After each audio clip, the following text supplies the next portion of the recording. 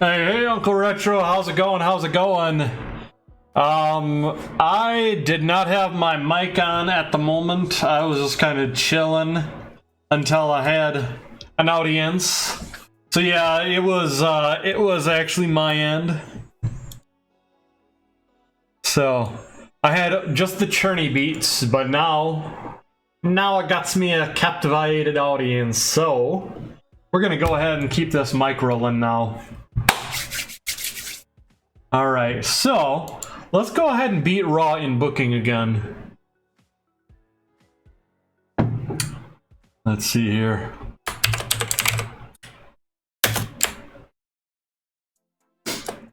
Let's see here.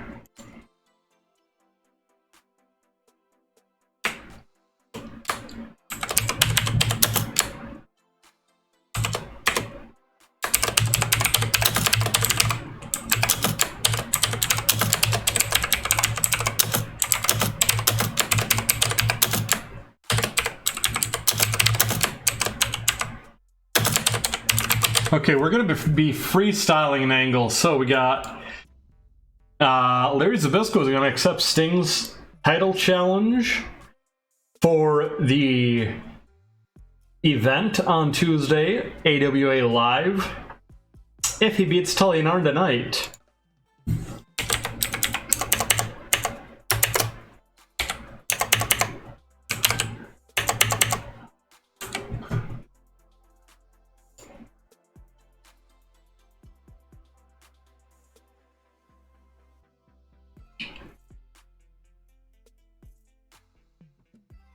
Let's see here. I think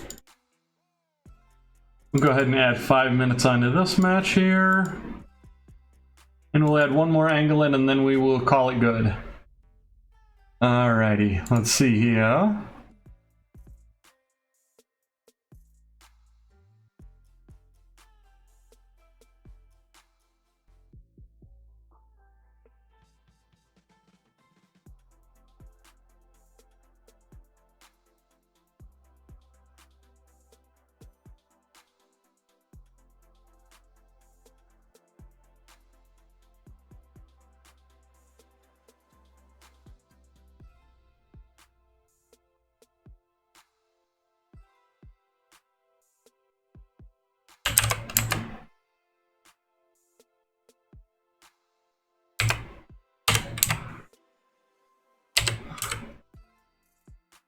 Sting reveals his partner. It's gonna be Dusty Rhodes. If that's the case, I think we ought to swap these two angles so that way there's at least a little bit of suspense building as people wonder who Sting's tag team partner against Tully and Arn are gonna be. That's how you start out the show. Actually, yes, that is exactly how you start out the show. 85 segment rating. As the crowd digs this. The crowd loves this. The crowd wants more of this.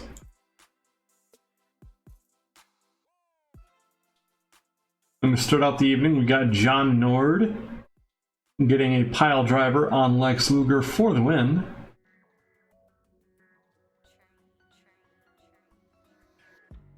Paul Ellering calls Cactus Jack out to the ring.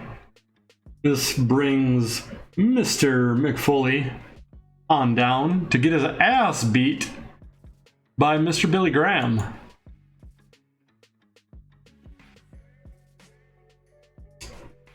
And unfortunately not as good of a wrestling match right here because Greg Gagne injured, having a little bit of involvement in it. And a couple of the young cats from Team Japan here. You know, they're still working. They're still working.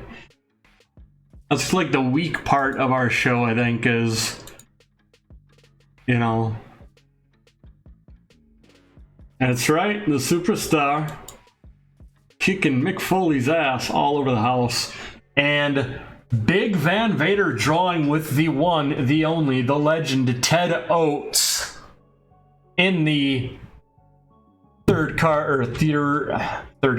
match of the evening. Power Team and Diamond Exchange having a decent little feud here. Meanwhile, we got Coco Beware, the AWA International Television title, taunting Joe LeDuc, who has kicked his ass outside of the squared circle. But of course, with the rest of the Canadian Guard. Let's see what's going to happen when it's just one-on-one, mano-y-mano. I'm not sure, but we might have to stipulate a cage in there, in all honesty.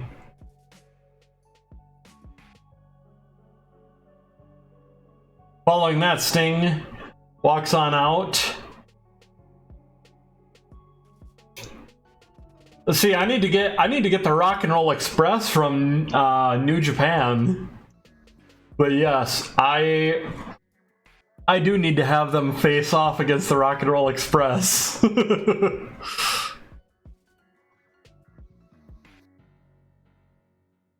Who knows? I might bring back Marty Jannetty for a very, very short time, so that way Hall & Oates can also beat the Midnight Rockers. Alright, so crowd's pumped knowing that Sting and Dusty are going to be taking on Arn and Tully later this evening. And the penultimate matchup of the evening, good heat, decent wrestling between the Steiner Brothers and the Midnight Express. Right? Oh yeah, absolutely.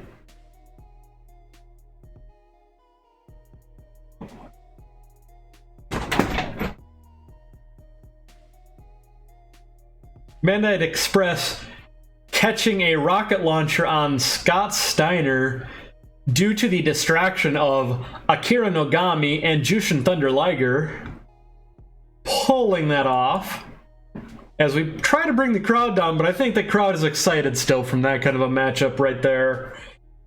Everyone's pumped up seeing Sting come out, and a fantastic matchup here as Sting catches Tully in a Scorpion Deathlock. Oh, exactly. The Midnight Express and the Steiners. Fantastic matchup right there. And look at that. Look at that. 2 tag team matches back to back. Who would have thought? Oh yeah, everyone. Only Vince McMahon's dumbass thinks that tag team wrestling means jack shit.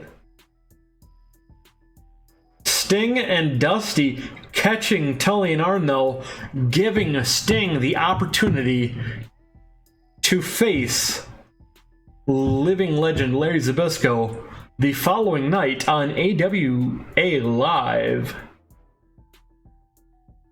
However, Larry Zbyszko running his mouth as he brings out Terry Gordy, and the heels take the ring.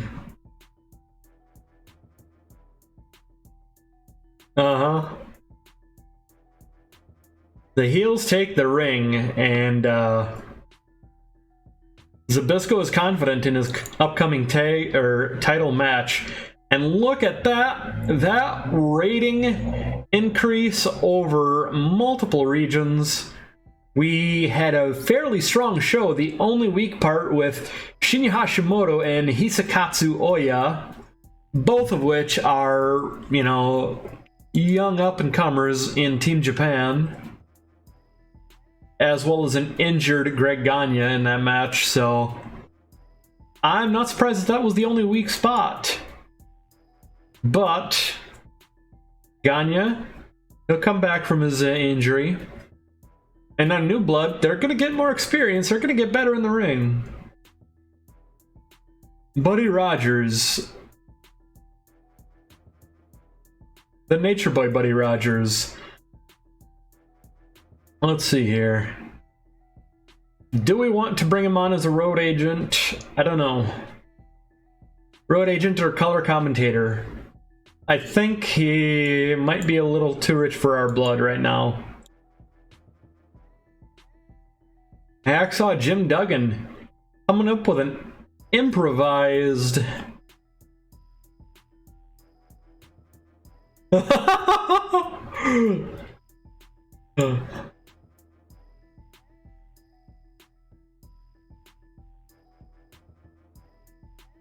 All right, decent television rating, and looks like our completing 50 successful shows, which I could have swore that I already have booked well over 50 shows has yielded some good shit. Greg the Hammer Valentine is currently with Mid-South Wrestling on a exclusive contract. They took him shortly after we took him from the WWF because we didn't put him on. Ooh, Butch Reed. You know what? Yeah, we'll go ahead and accept a 75%. Butch Reed is about to do some big stuff because coming up we should have. Okay, so oh hey, Kitty Suzuki. So we have some of the Japanese female wrestlers about to tear open wrestling.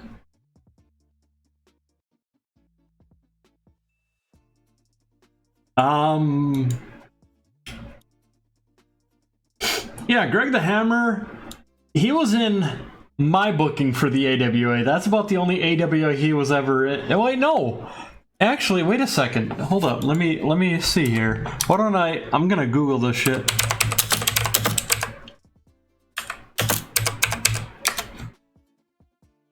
I feel like you're right, but now I'm curious if there was like any like one-offs.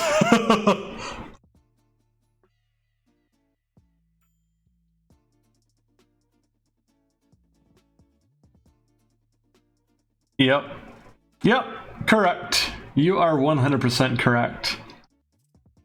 I had to see though. I had to see because, well, morbid curiosity rather. Yeah, he was a good talent. We were getting some good mileage out of him when we had him. Let's see here.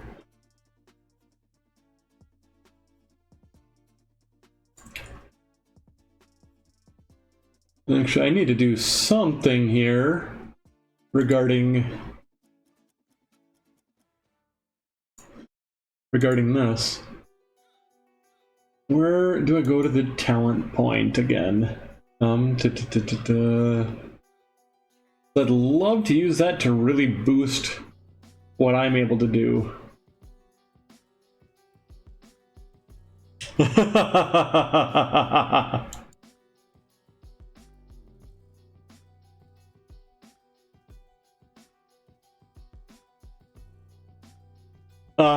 Yep.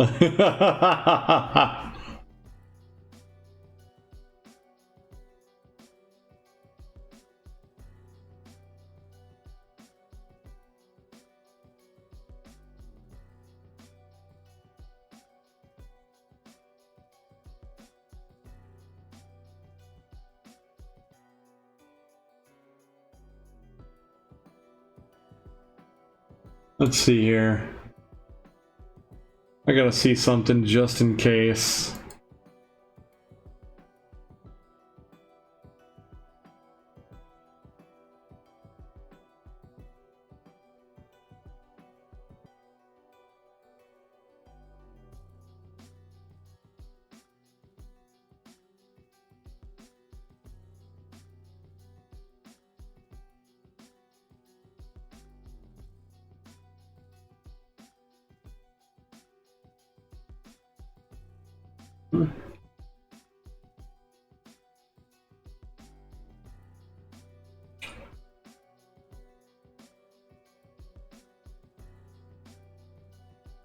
Like we're gonna keep on with motivating and/or leadership.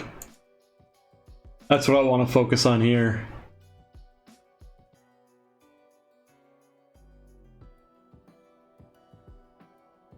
There we go. All right.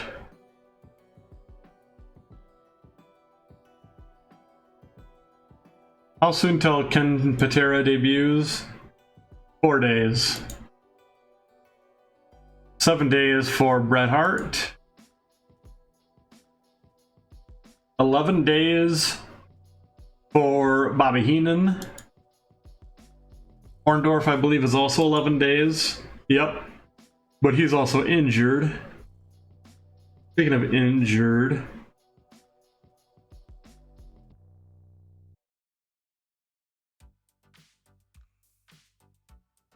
That's right, I forgot about Scott Hall's injury on fucking Jim Crockett Promotions. Oof. See, Lord Alfred Hayes for the managerial shit in 20 days. And Junkyard Dog in 23 days. Bully Anderson, I think he's 11 days. Yep, he's 11 days. Alright, now, tonight, Sting gets his shot at the living legend of Larry Zbyszko.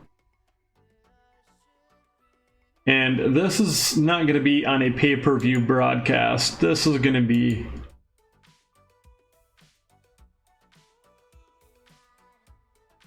There we go. Else could have been regular Canadian TV. Oh, nice! Nice!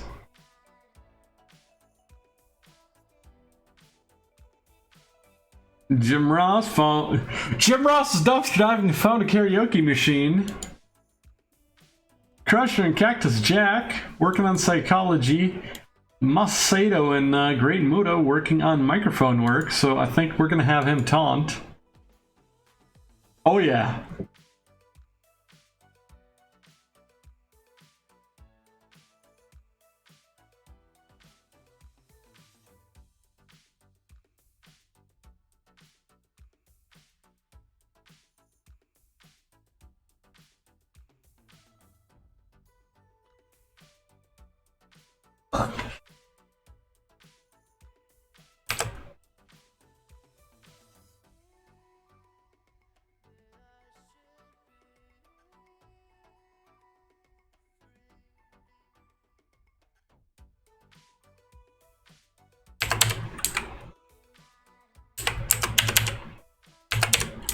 How's Sting's psychology doing? He's still down there on the psychology aspect. Granted, he's still far better than when he first started off.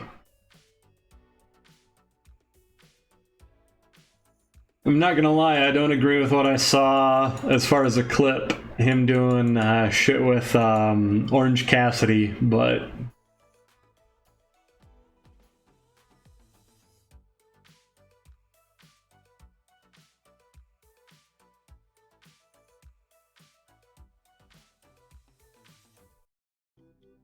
Okay, now Sting's gonna win, but are you ready for this? Are you ready for this? You know why Sting's gonna win?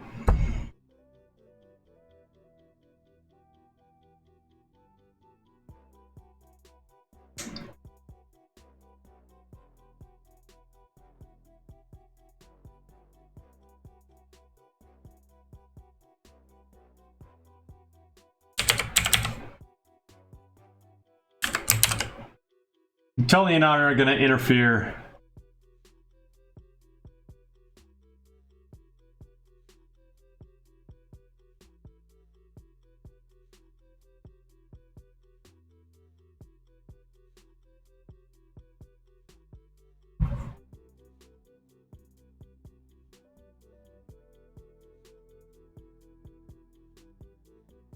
The AWA World Heavyweight title is on the line.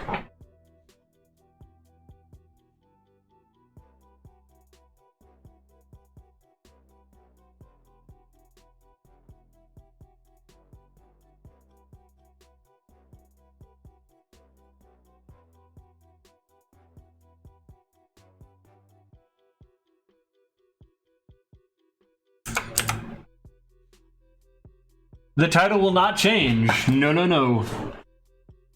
Sting will be facing Larry Zbyszko, but shiesty shit is gonna happen. Because 4 Horsemen. The title will not change due to interference. Not in their first engagement. No, no, no.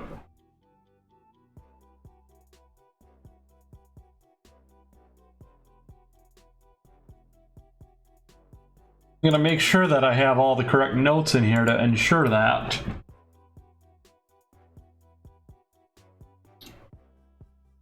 Hinted win. Titles would still change hands. Cheap win. Titles do not change hands. Okay. I did want to make sure of that just in case.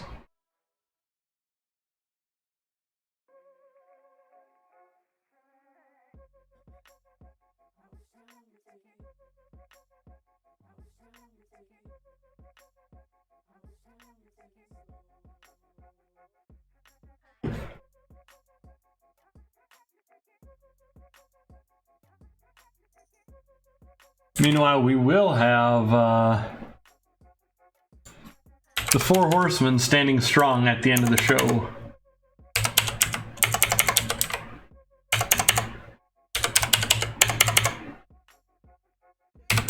With Gene Okerlund interviewing them.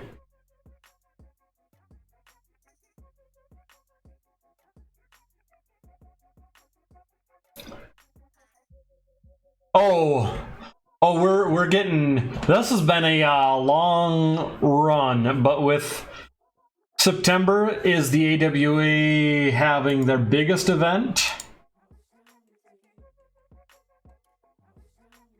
the Super Clash. So I'm prepping us really hard, pushing to the end of September here. Sting already has 2 tag wins against the Four Horsemen, and he has 2 singles wins against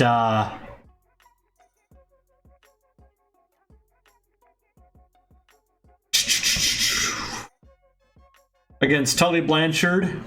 He's going to get 1 more of each, and he's going to need to beat Tully and Arn in singles action as well before I truly put the title on him. So we're going to be cramming a lot of Sting matches in here. We're going to be cramming a lot of them in.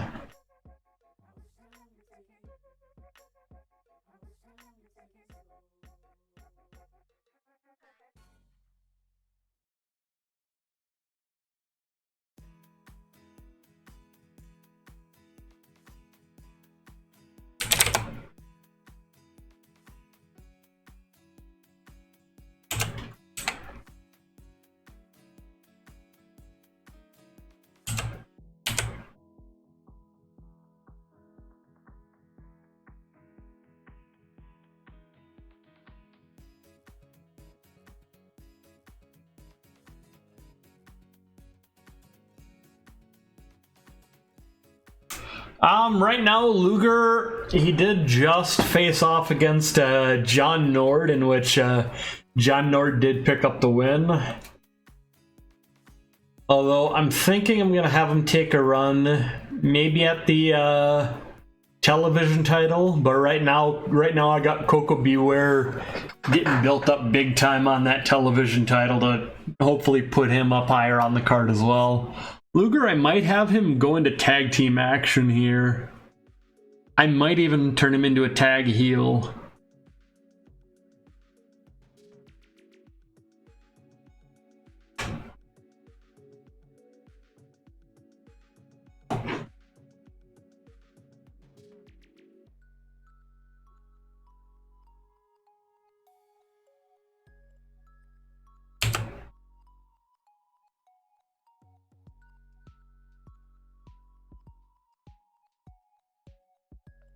Look at that popularity.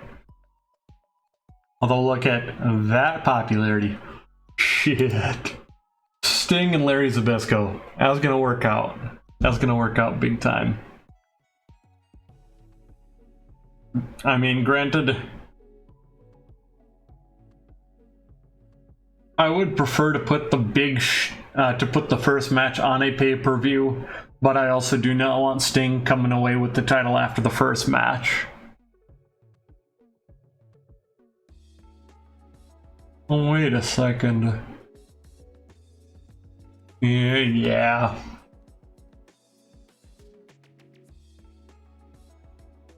I think that's how I want to do it.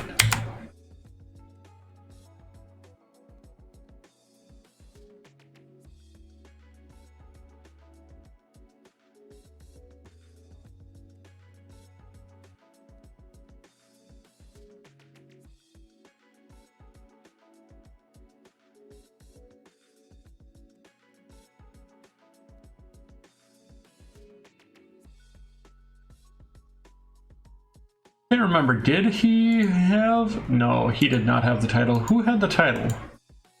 Kazuo Yamazaki? Yeah, Kazuo Yamazaki did.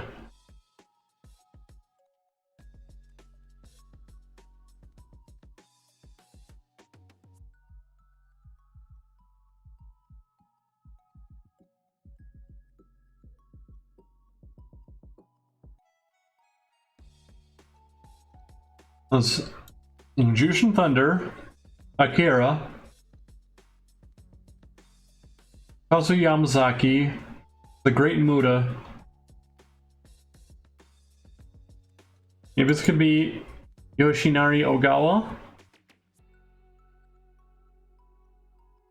I'm trying to think because I'm going to have my I'm going to be pulling the trigger on that.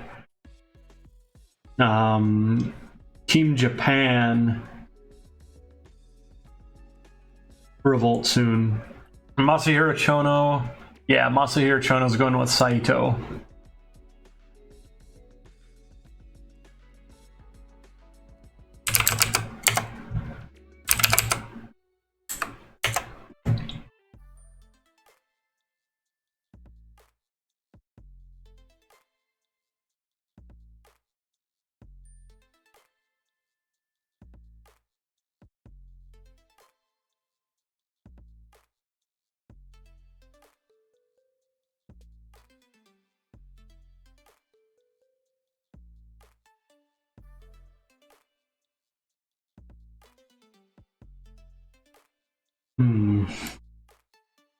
I'm gonna put them against the Faces of Fear because the Faces of Fear will kill them.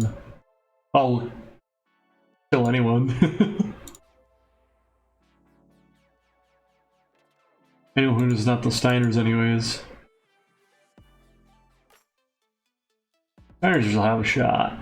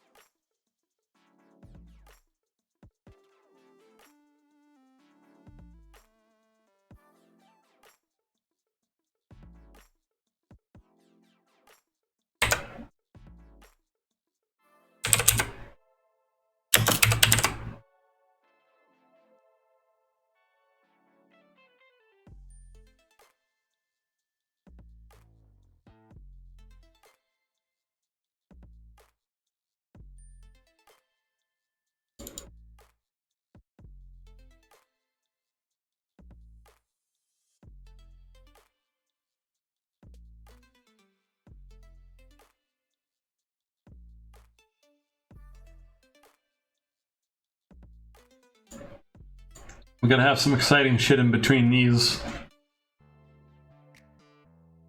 So, I think the first thing I need to do is have Ming and Barb in a crazy ass matchup with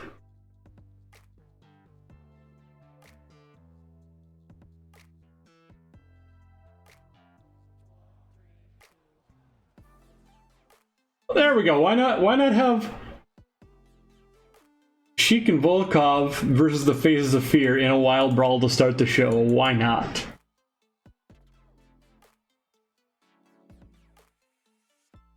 I don't think they'd have any opposition to Ming and Barb going over. And if Ming and Barb did show any kind of opposition, I don't think that would stay for very long. I'm just saying. You know what I mean?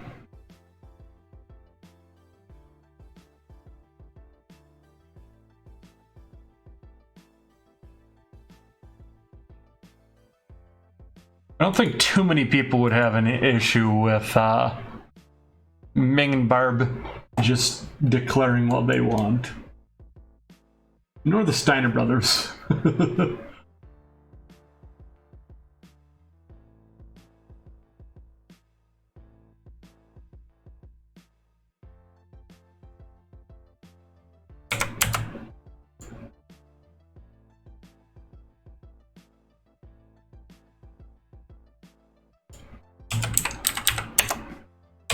Billy Graham and Harley Race. We're gonna have them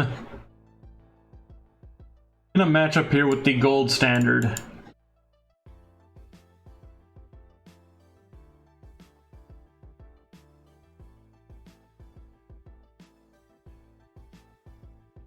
And Cactus Jack is gonna get his revenge.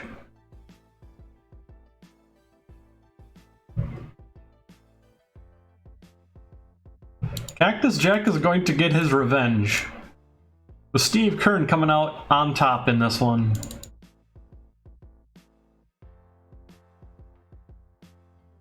There was a beatdown on Cactus Jack at the hands of Billy Graham last night. Coming back right away. Oh yeah, absolutely. I think... I'm not sure. I'm not sure who...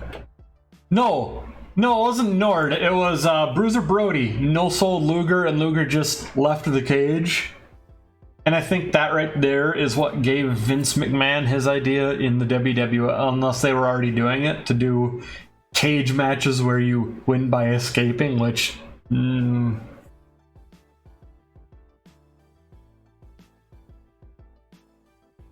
I don't know, I'm not that fond of. I mean, it's a clever little thing, but I think that might be a thing that I'll use for non-title matches in the AWA. But the classic fight the whole thing in the cage for pin or submission for title matches. Because what do you prove by running away? Nothing. I used that. Oh, shit.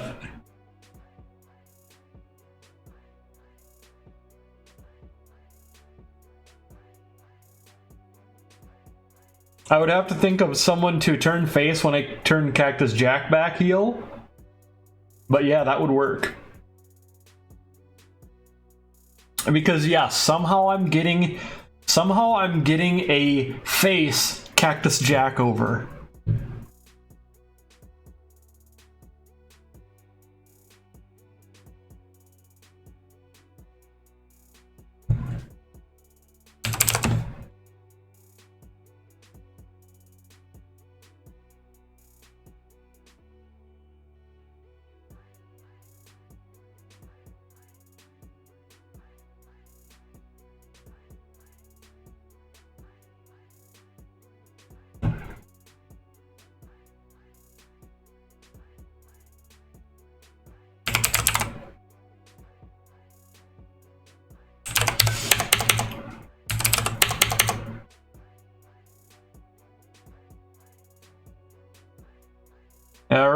Right now, Luger and Billy Graham are both heels.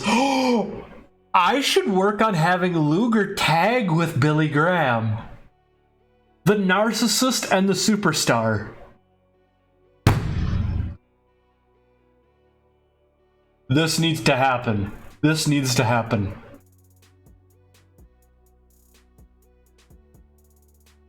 I like this. This is already amazing.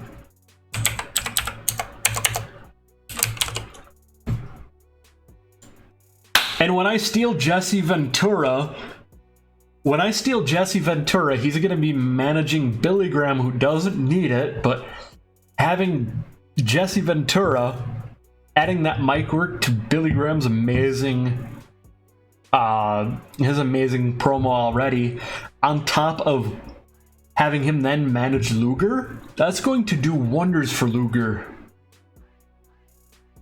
Because Because Billy Graham is going to work well paired up with the man, the man who based his gimmick off of Billy Graham. But Luger's not much of a talker, so you give Luger Jesse Ventura as a manager, and you have him with Billy Graham as well. That is a good recipe. I think that's a fantastic recipe, actually.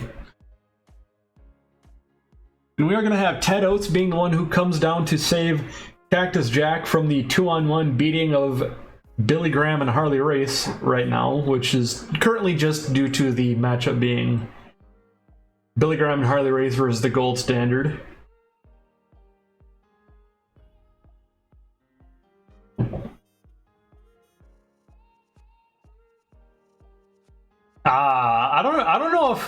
I don't know if Luger gets jumped so much as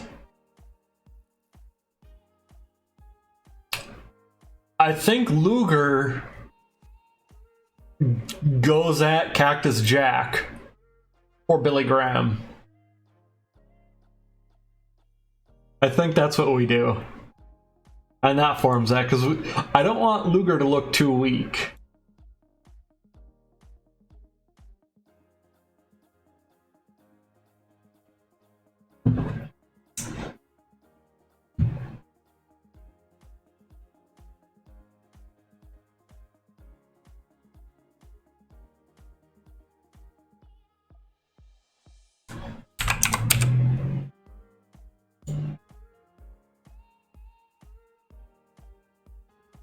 Okay, there we go. Because Luger is the type that needs to be booked right. And we all know this. Because if you book Luger like he's anyone else, he's unfortunately not going to, you know, work out. You almost have to baby how you...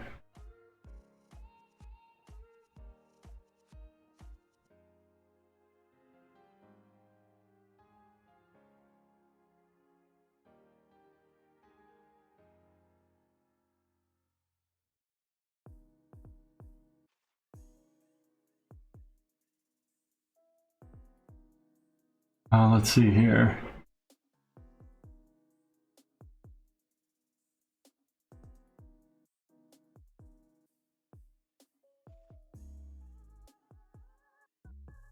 Ooh, Scotty needs to defend his World Light Heavyweight title.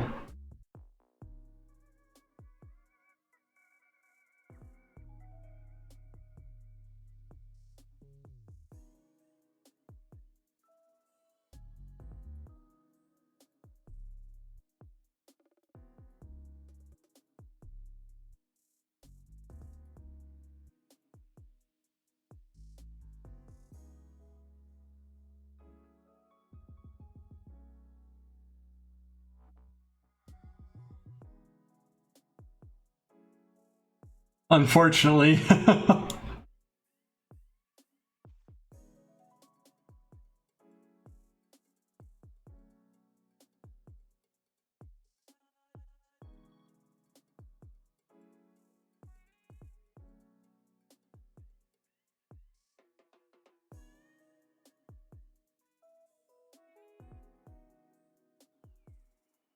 We're gonna have Ivan Koloff dominate just so that way he doesn't lose too much more traction, because his stock has plummeted a little bit, unfortunately, but, you know. Ooh.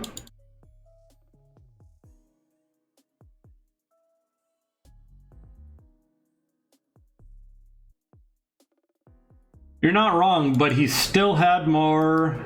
He still had more than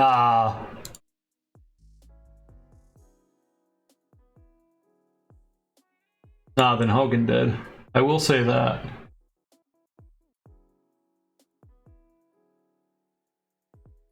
Because Hogan had nothing, at least nothing of interest anyways.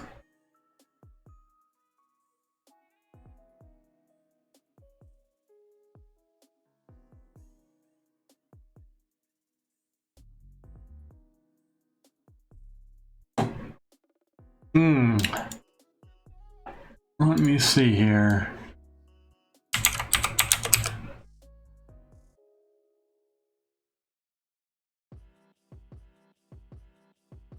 I don't believe I do. No, I don't actually.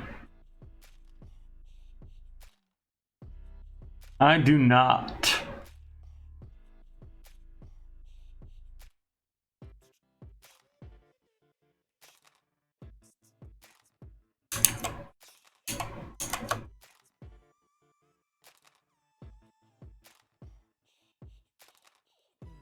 See, Macho is who I really want to steal from Jim Crockett Promotions down in Georgia.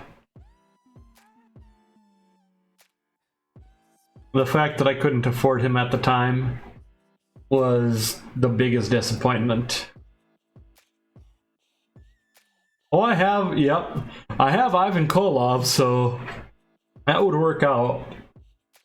Bring in Nikita with Ivan. Have Nikolai Volkov, you know, continue to work with them. I might dissolve the USSR. Oh yeah, absolutely.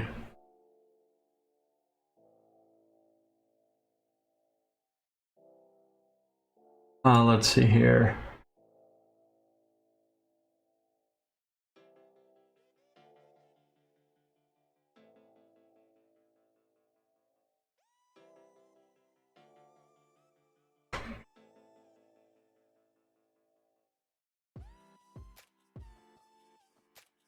Let me see here. Do I have... Okay, we want to do the follow-up for Brad Rankins and Bob Backlund with, you know, one of the two walking. You know what? No, I don't want to do Sting walking to the ring for that because Zbyszko's popularity is slightly higher.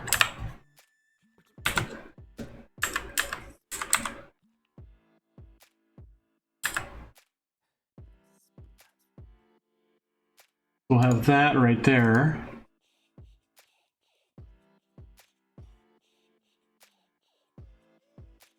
I think living legend Larry Zbyszko is going to taunt Sting.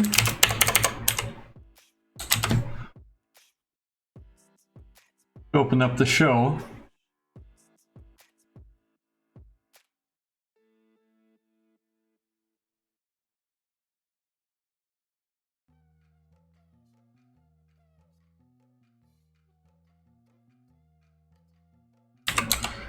You're going to catch Coco Beware and Joe LeDuc. Wait, no, what I want to do, I want to set up Coco Beware's next thing. How long till Road Warrior Smash is... Okay, he can only work angles for now still. We're going to have some shit brewing there in the meantime, so...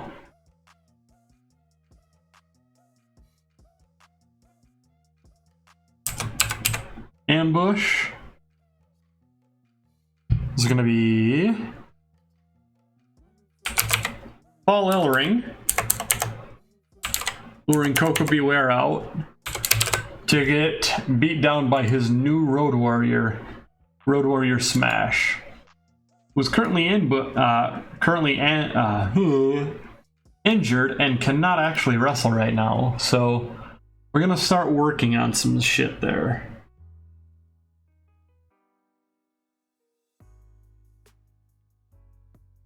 Oh, he is a huge star right now.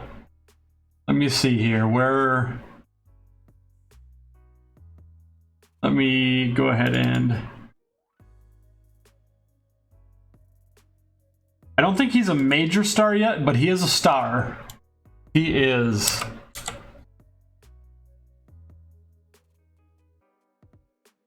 Oh, he's considered... Okay, he fluctuates between star and major star right now is what happens.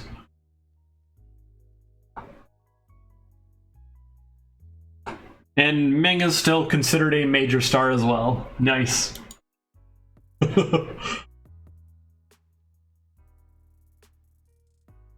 Coco Beware has been on a hot run, though, as the AWA International Television Champion.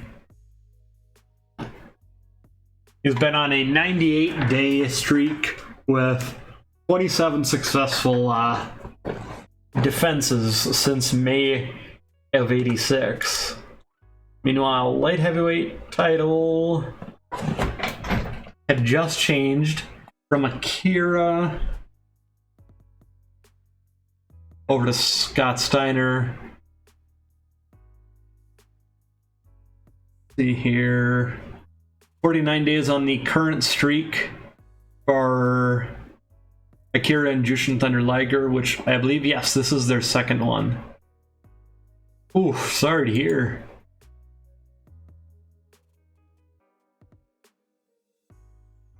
"14 successful title defenses by Larry Zbyszko." Let's see here. Joe LeDuc and the Rougeaus, I think.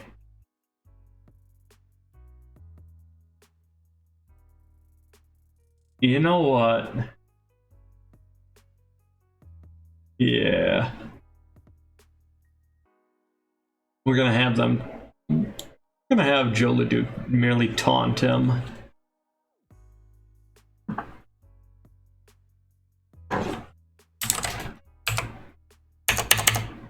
See here.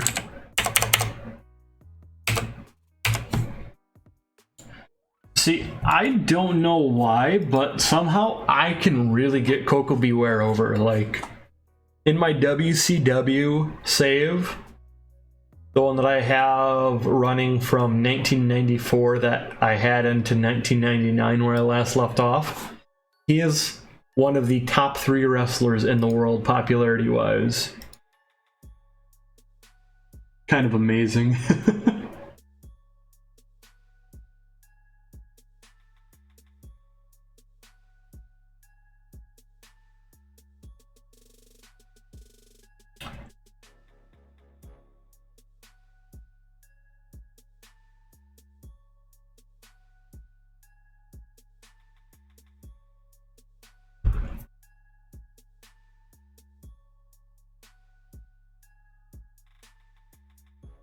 Oof, sorry to hear.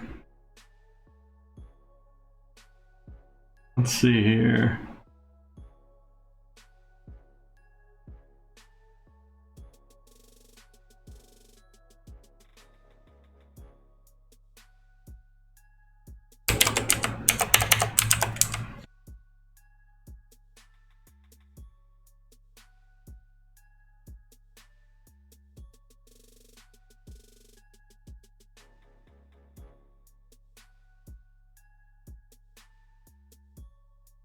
I don't know if you heard that in the background, but we got us a train blaring there.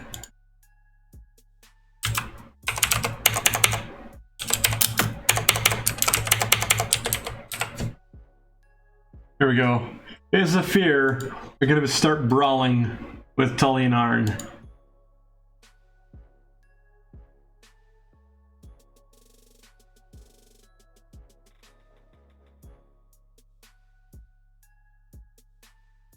We have to have our best ref and our best road agent for the main event of this show. It being a live event. And okay.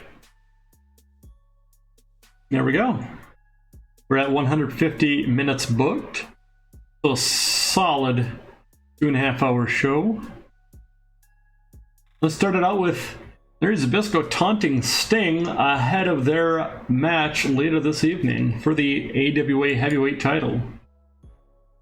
Starting match, the Faces of Fear knock off Iron Sheik and Nikolai Volkov with a bear hug flying clothesline combo. Ming being just the star of this match. Let's face it, it's Ming. Paulie Dangerously doing some good work though outside for the USSR. Meanwhile, we have Paul Ellering calling out Coco Beware, getting jumped by Road Warrior Smash, who last we saw was injured in the ring. Showing though that he's a true Road Warrior. He's ready to fight.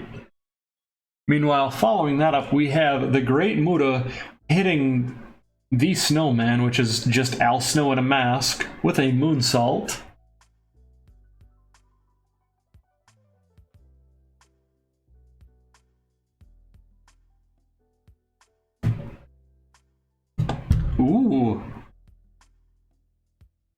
Ooh, an 18-month reign for Samoa Joe. All right, nice. Meanwhile, we have Joe LeDuc taunting Coco Beware. And apparently, Gene Okerlund struggled going off script, so that must mean a poster in the back fell and caused him to start cussing up a storm. Meanwhile, following that, we have the Gold Standard pulling off a win against Billy Graham and Harley Race with a interference from Cactus Jack as he comes in and hits Billy Graham.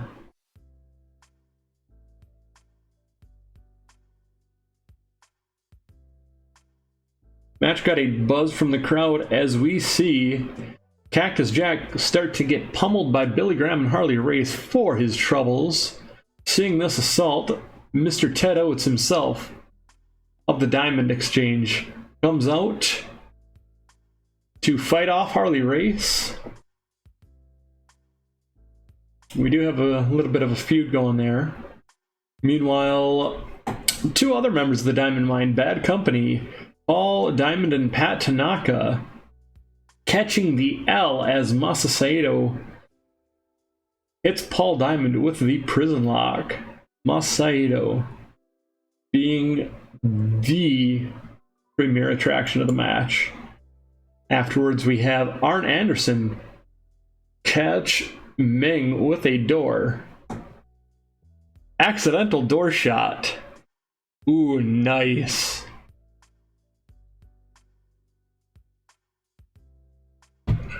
And Scott Steiner defending his AWA World Light Heavyweight title against Ivan Koloff, who we're gonna be working on. Meanwhile, following that door hit, we have Ming go get the barb. Inserted Donnybrook backstage with Tully and Arn. This is leading to something, I promise. Meanwhile, a fantastic match here between Bob Backlund and Brad Rheingans. And Bob Backlund catches Mr. Rheingans with an atomic drop for the 1-2-3. And we have Sting getting a, well, that was supposed to be a DQ, not a count out. But Sting catching a victory after the interference from the Four Horsemen, who then go on to brag afterwards. Fantastic numbers, though. Almost 7,500 people in attendance with a 77 rating overall. People are loving what the AWA has been doing lately. People are going wild.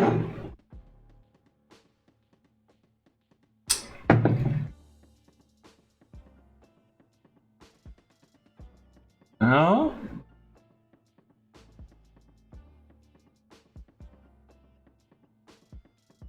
Paulie Blanchard needing some time. Meanwhile, decent live ratings.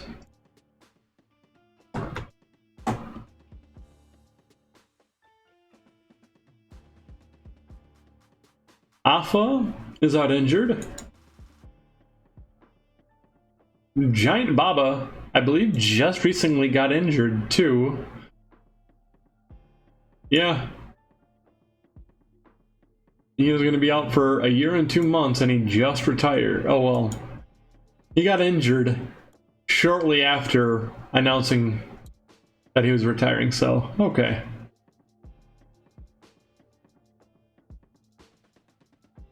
Ooh. Okay. Tell us all about it. Masked Superstar and Steve Lombardi. Okay. Okay. Huh.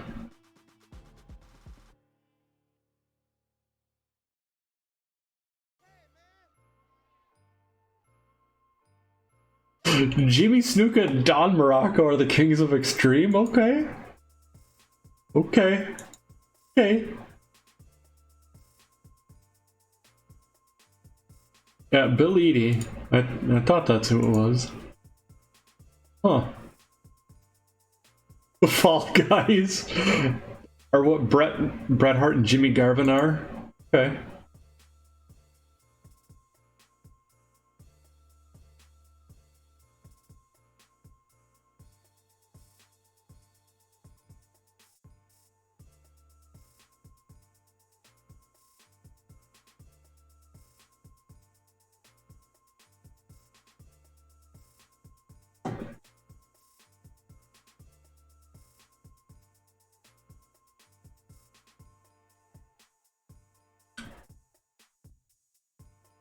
I'll throw 1,000 to make him happy.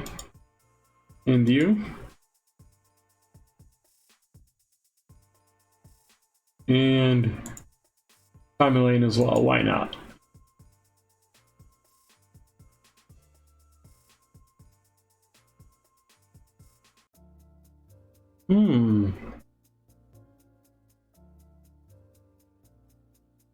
Okay, interesting.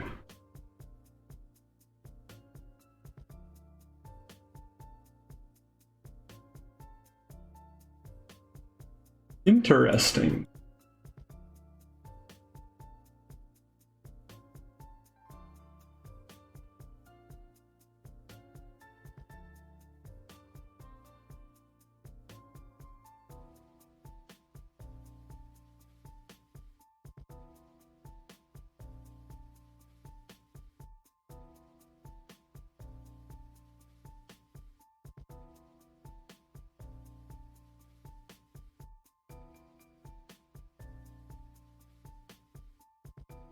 Let's see here.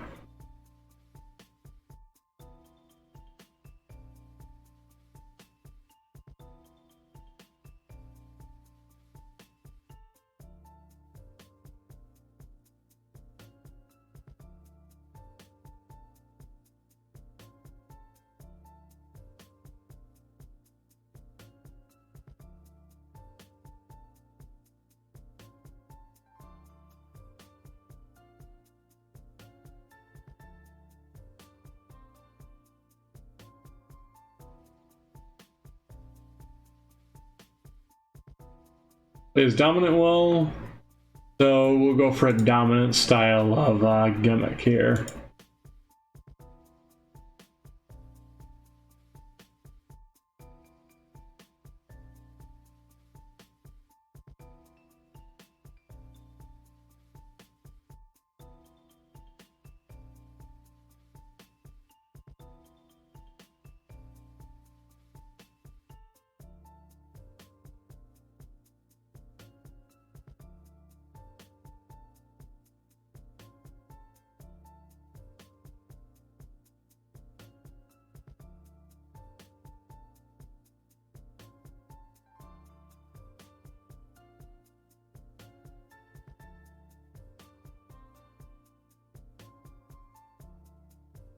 All right, what do I want to give him?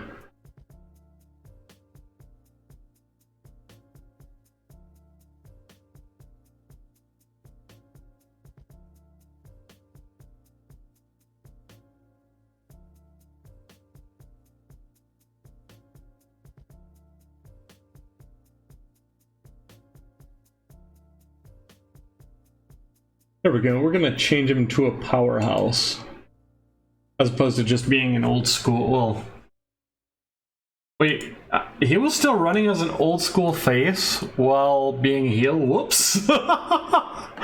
Whoops. Well, it went an awful long time before his gimmick as an old school face went stale while he was a heel. Okay. That one's what the fuck, Harley?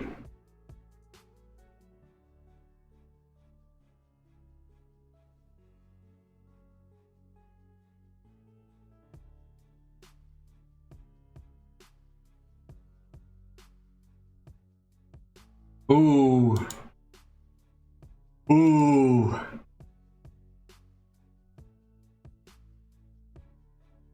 Ha ha ha ha ha ha.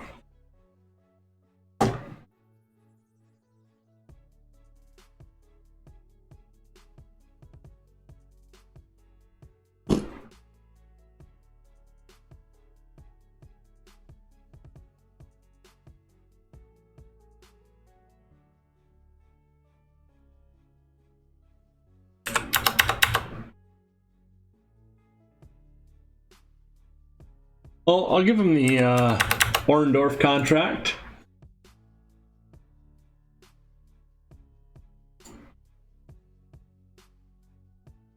Here we go. Okay, Vince. Try me. Fucking try me.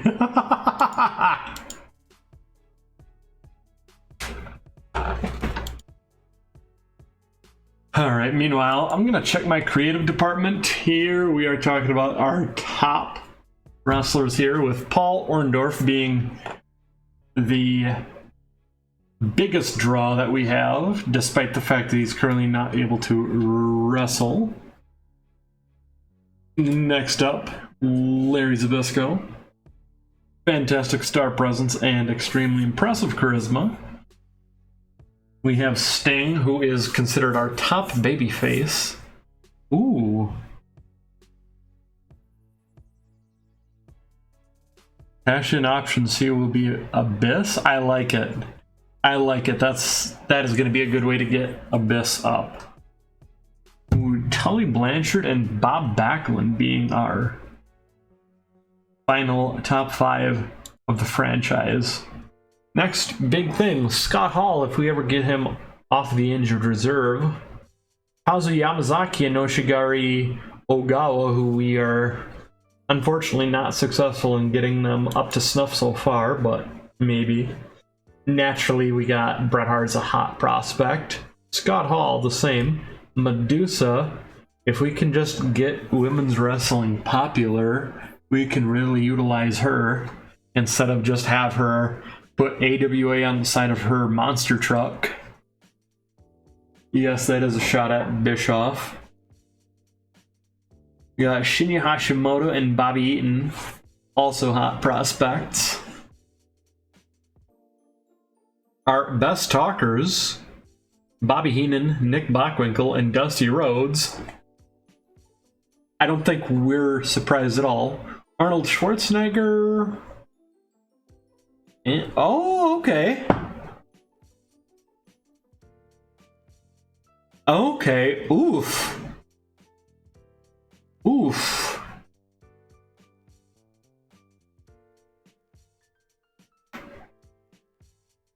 As long as your title prestige is high, it should survive that. But, ooh, well, then again, it should be high because you're going to have a long run for Joe there. Showstoppers, our best in-ring talents, Muta, at the top of his game, at the top of everyone's game in the AWA, actually. Yep. I like that. I do like that. That is a fantastic way to do it there, Ryan. Dusty, Tully, Larry Zbyszko, and Stan Lane also being some of our best to step up the game in the ring, stealing the show. People who can carry any match being Tully Blanchard, Bob Backlund, Dusty Rhodes, all stars. Same thing with Larry Zbyszko. And Bret Hart, who is one of our newest acquisitions. No one really showing that bad of momentum despite some of the interest having waned. Meanwhile, who's hot on the list? Well, hot damn. Both of the former fuck,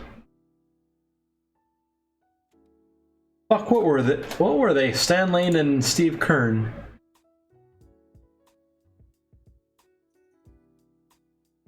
Shit. Why am I forgetting us? Both of the fabulous ones, that's it.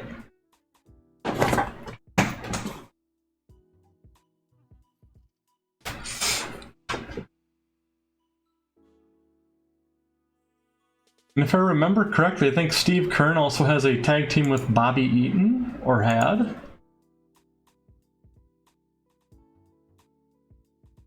Yeah, Bad Attitude. Stan Lane.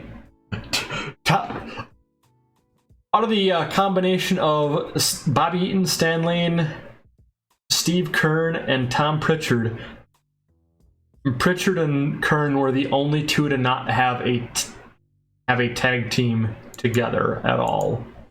Fantastic. I love it. Yeah, that is true, Ryan. That is true. That's one of the reasons why sometimes I like to shorten down how many shows I run, because I don't like running 4 shows constantly. Sometimes I do it though just to well, in this case, just to keep interest high over on this end. Oh shit.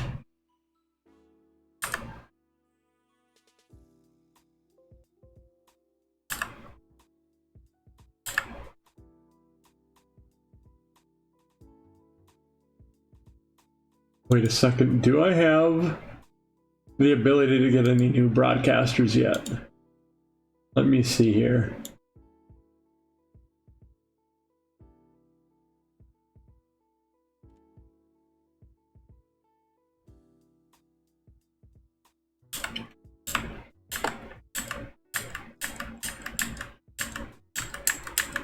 Unfortunately, no.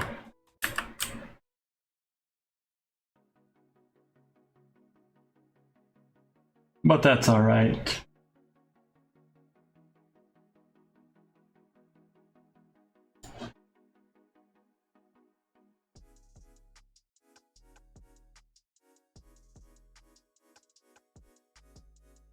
Merchandise.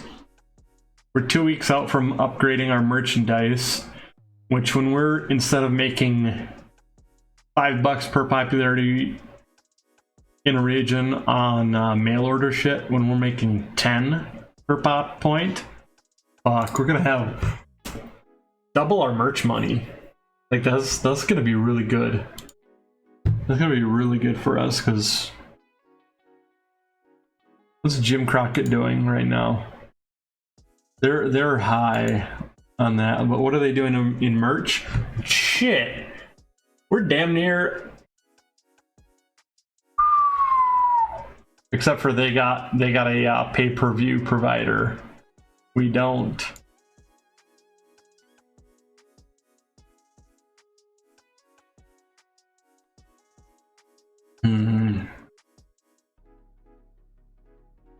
Now we'd be a lot. I think we'd be close to Mid-South if we weren't spending all the money we have on media.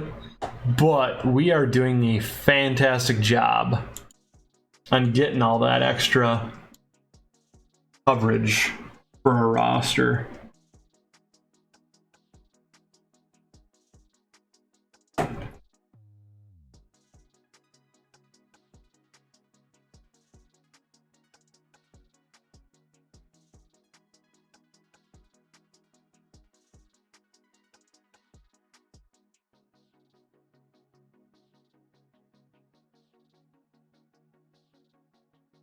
I think we want to wait till after the Super Clash, though.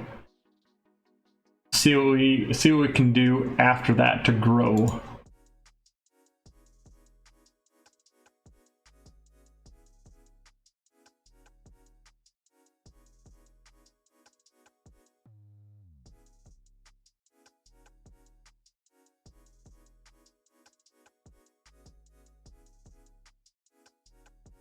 They're booking us in the Great Lakes tonight in the Taylor Arena. Alrighty.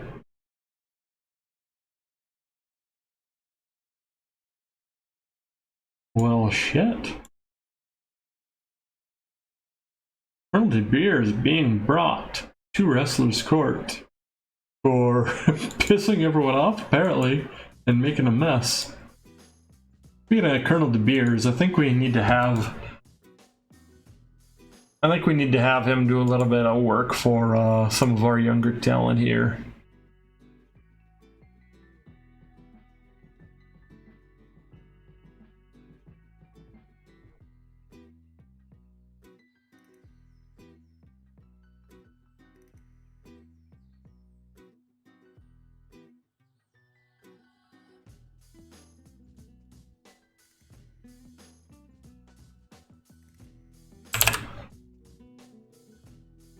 Gonna have Owen Hart and Scott Steiner go at it for the AWA light heavyweight title.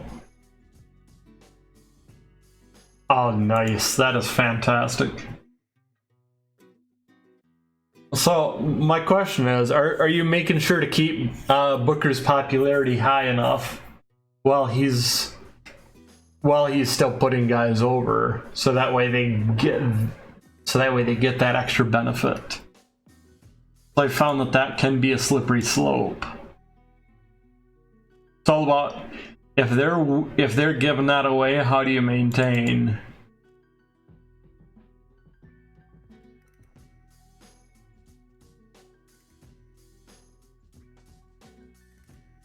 We're gonna have Owen Hart and Scott Steiner steal the show in the opening matchup of the evening.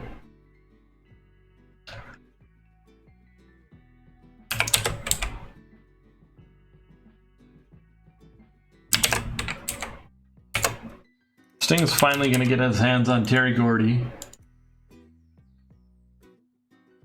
That's a foregone conclusion.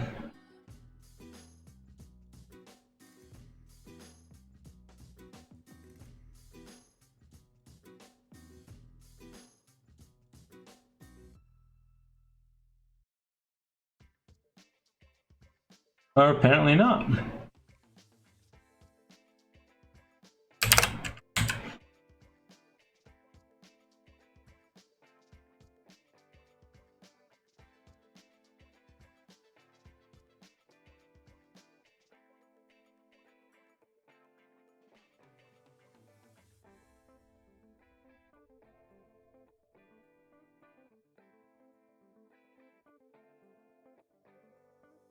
Sting has beat Arn in singles action once already. Needs to get 2 more. What about Tully? Has he beat Tully in singles action?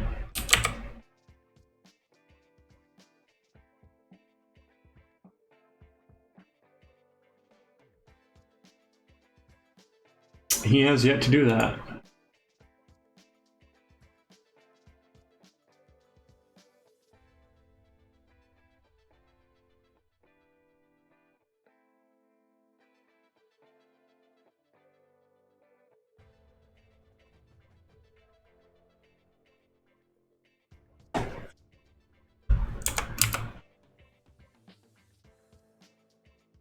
See, Cactus Jack, really good psychology.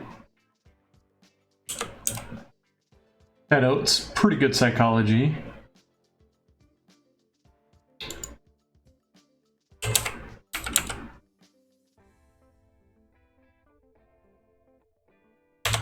This is follow-up from 2 nights ago at AWA Live. Cactus Jack and Ted Oates versus Billy Graham and Harley Race.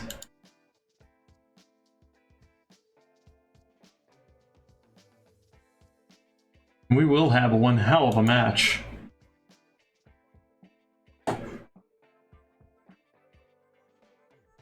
For the main event, for sure.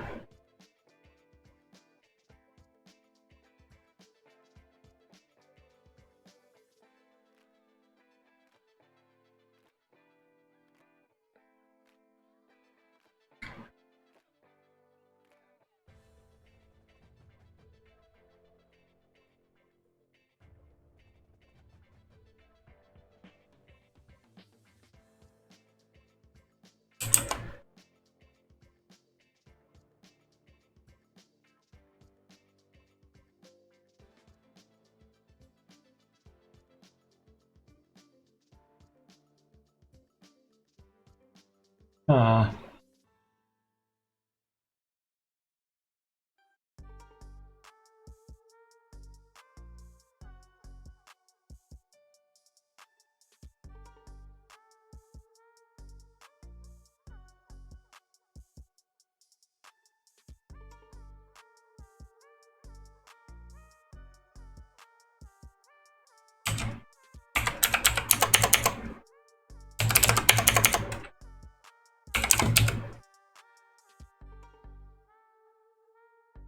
That's how we're gonna start the show.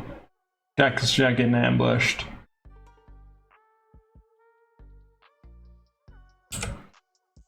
Collecting a bounty.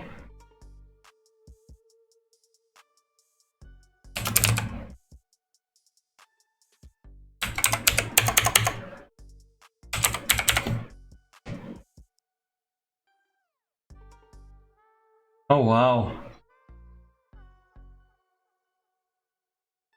Oh yeah, absolutely. That should definitely help out for sure.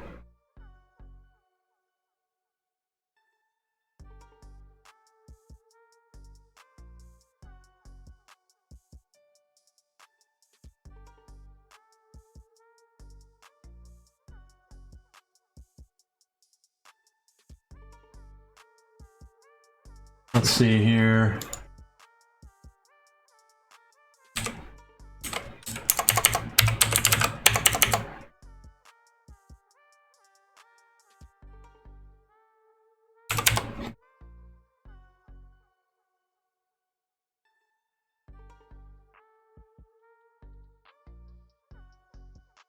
After Terry Gordian's Sting, which is now Tully Blanchard and Sting, because they're the two members of the Horsemen that Tully is the one member of the Horsemen that he has not went up against yet in solo action.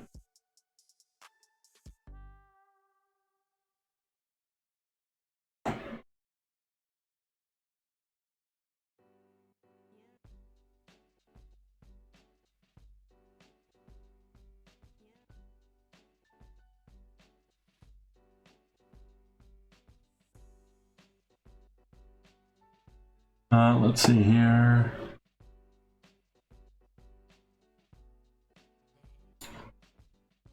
Oh.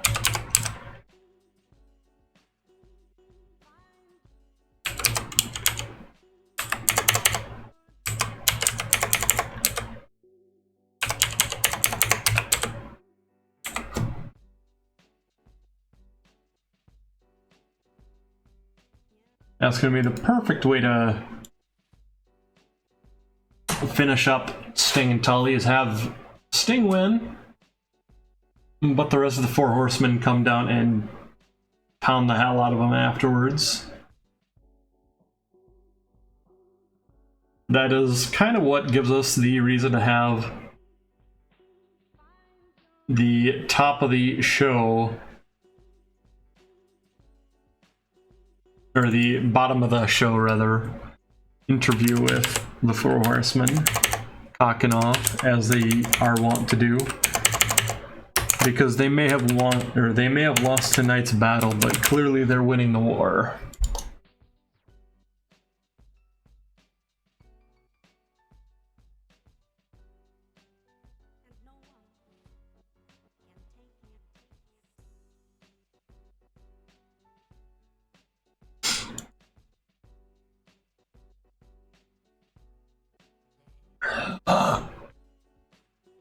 Oof.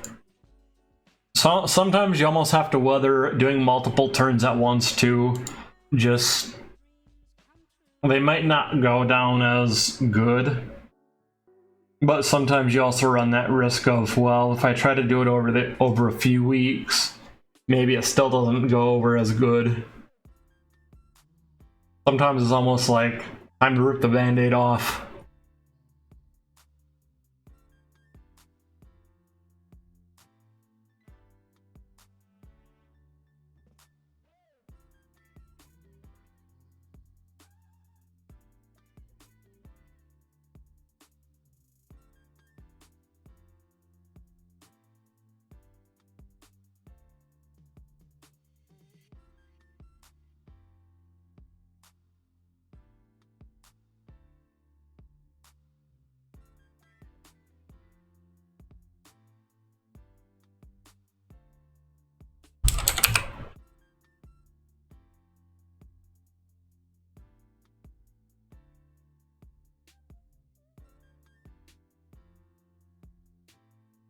I want a time limit draw on this one.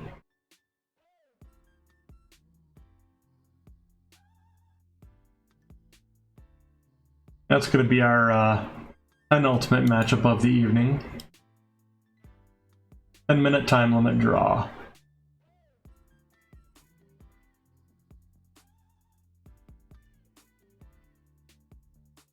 Oh yeah, I gotcha. Oh, for sure.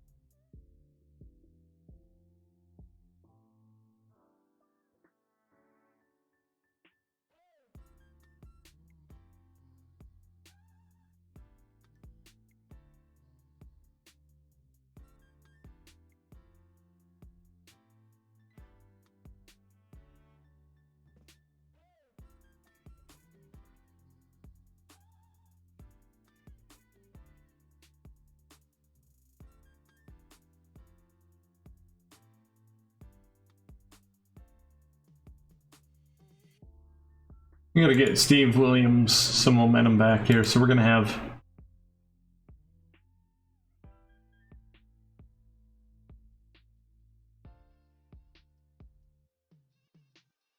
that be the case here.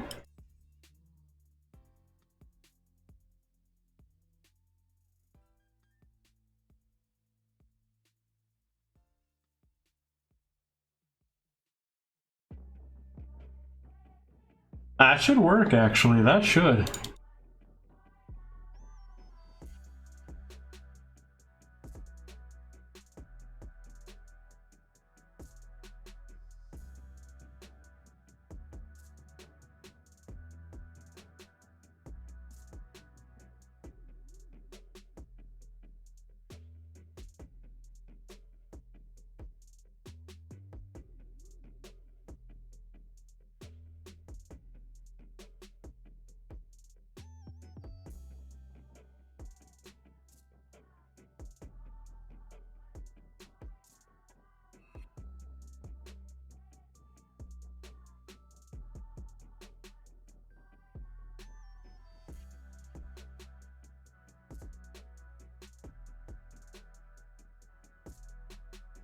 Okay.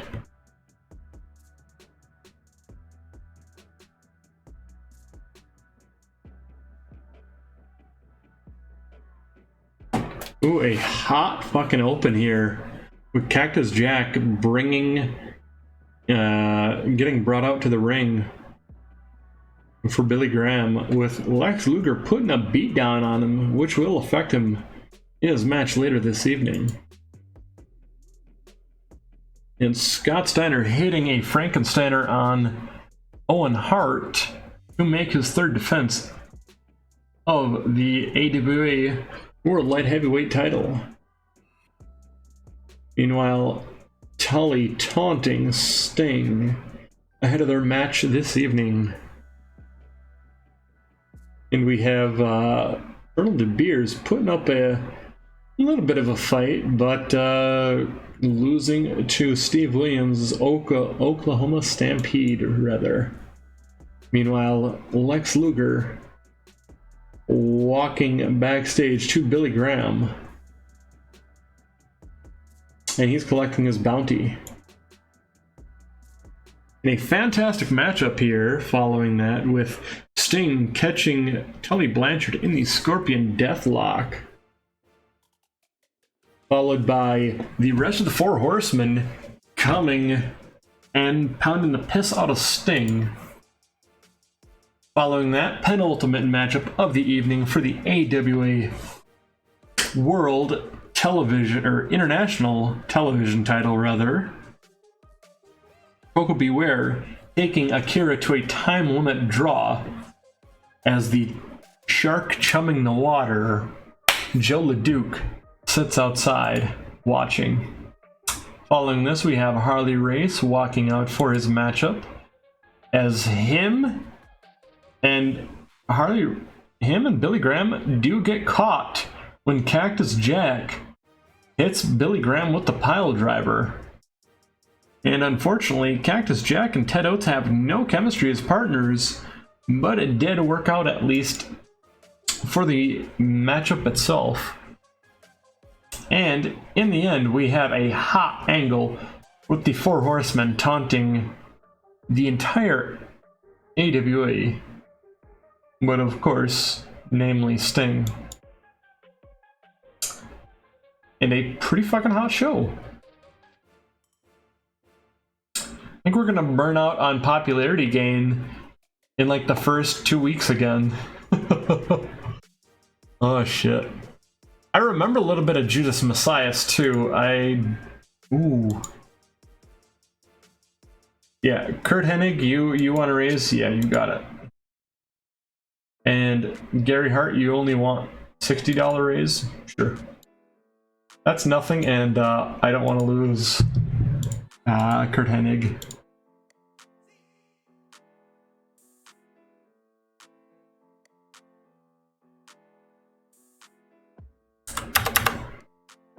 Let's add 500 under this.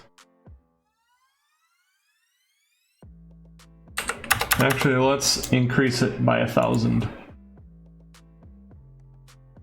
By 1,500.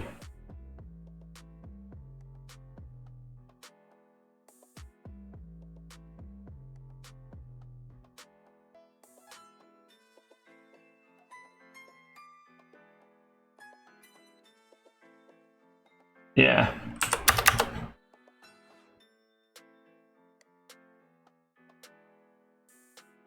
Fuck, I think he's making a higher pay per appearance than and what's his name? Oh yeah, Paul Orndorff, that's right.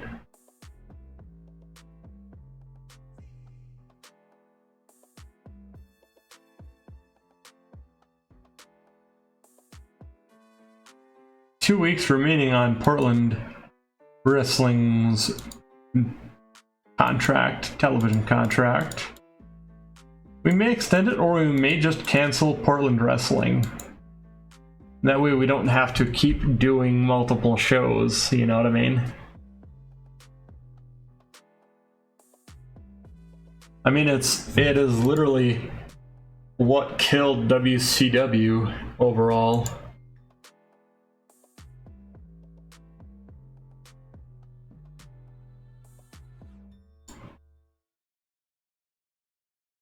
Look at that though, look at that, look at that.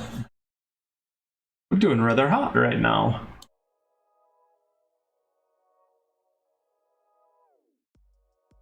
We're doing awfully hot right now, actually.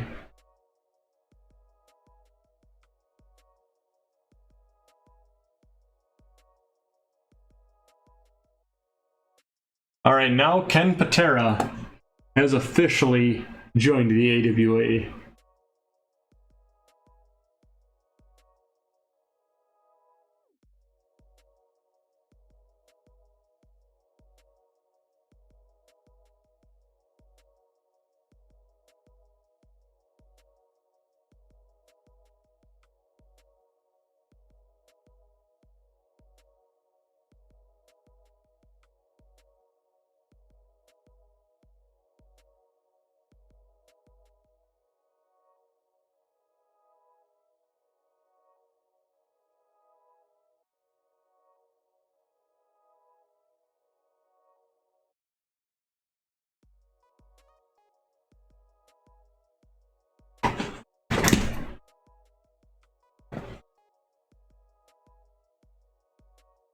Oh?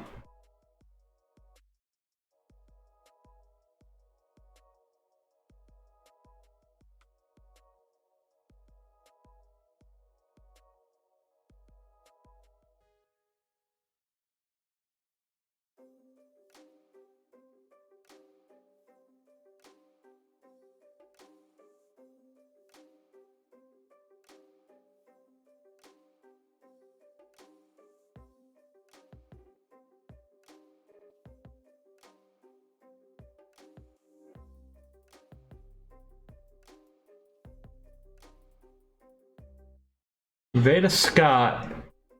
I think I remember who that is because I believe I recall. Yep. Okay, that's who I think it was. That is who I think it was. I recall the what was the Impact Knockouts tournament, or the TNA Knockouts tournament.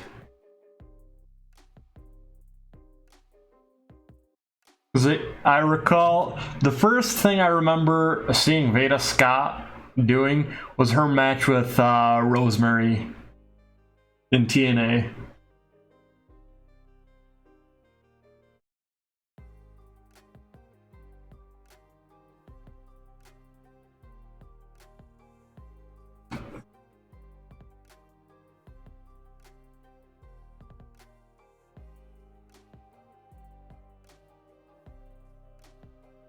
Our backstage incident, we have Mad Dog Vachon passing on psychology tips to Pegasus Kid.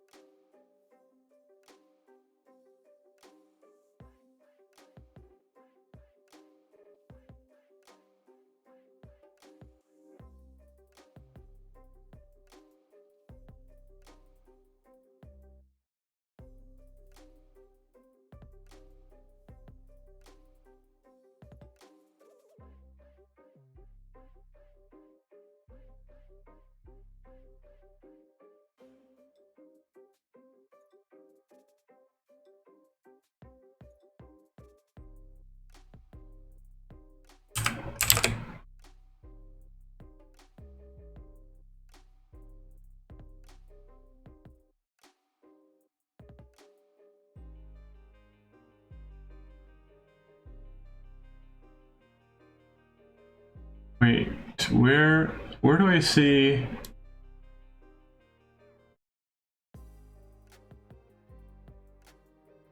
his relations? Because I want to see who all he is currently a mentor for.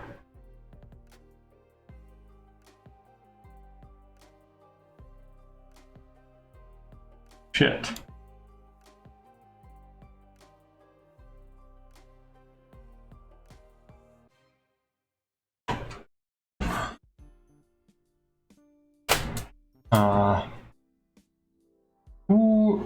What am I gonna have him do?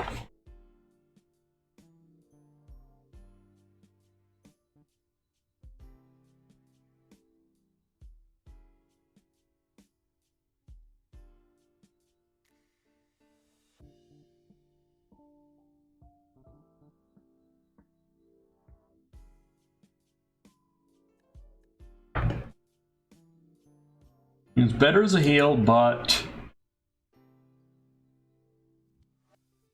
I feel the fact that he's been away, it's going to be one of those long returns.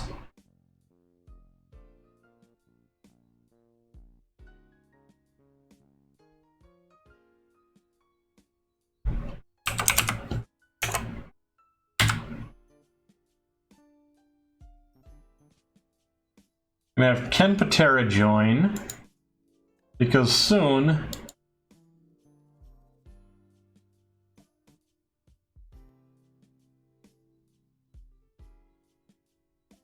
there we go. Then we're gonna have some shit go on with that pisses me off so bad.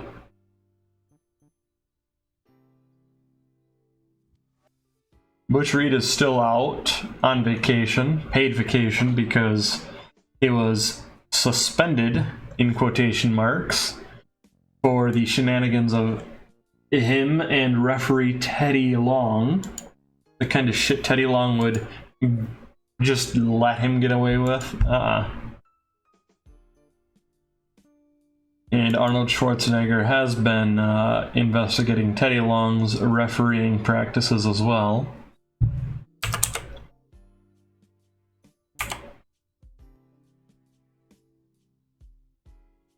I think I do want to do one more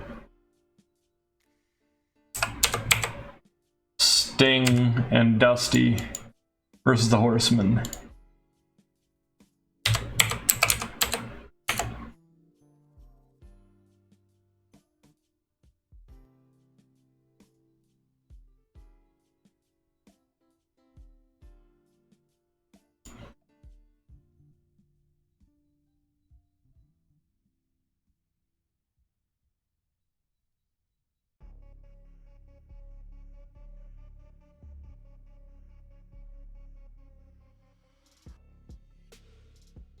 I mean, we got Dusty, so I want to take advantage of that. That's the way I see.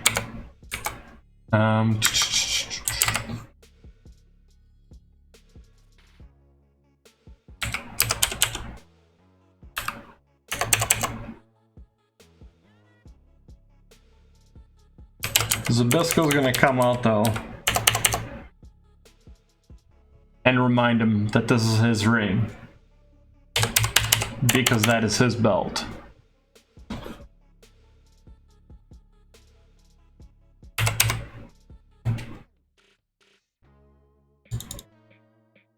And we're gonna give them 10 minutes at the end of the show there for that.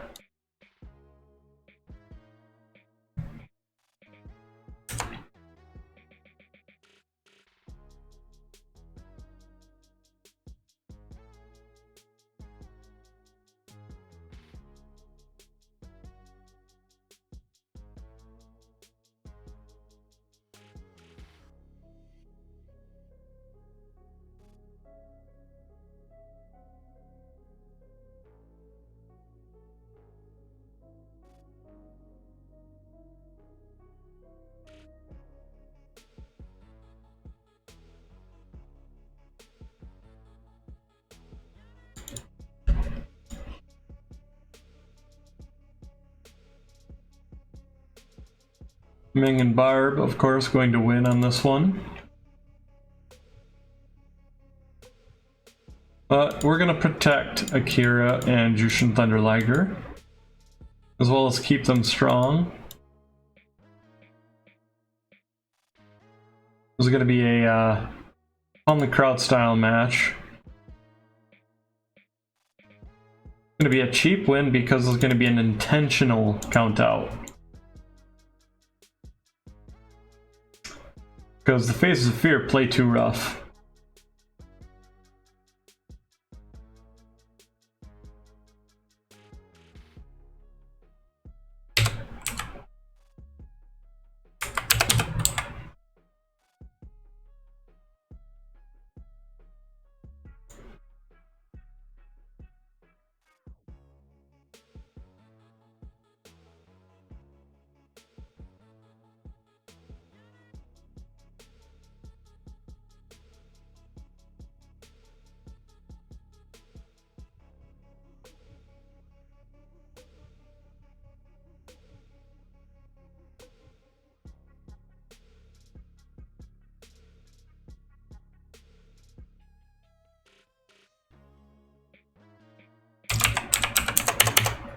Ahead of their final match at the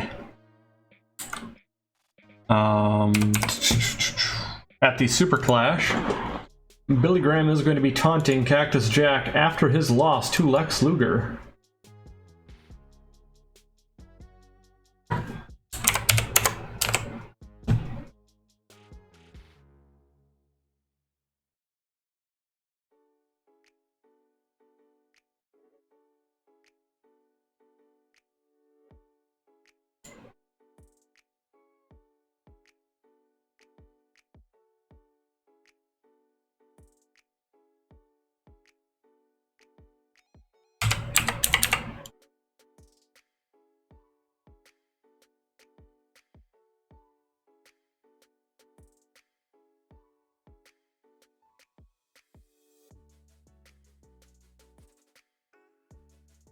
Experience is still at 21.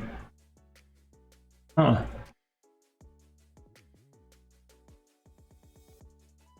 Those basics are doing good though, at least.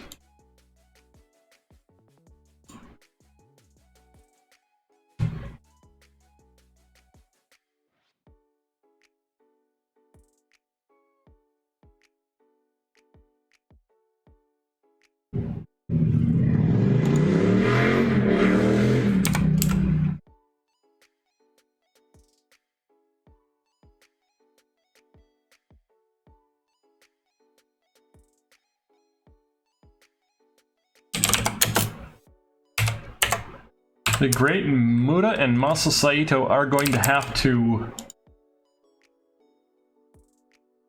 Oof. That's right, they have terrible chemistry, so They won't have to coexist. They will have to Muda and Brad Rangans will have to coexist, though, against the Steiner brothers.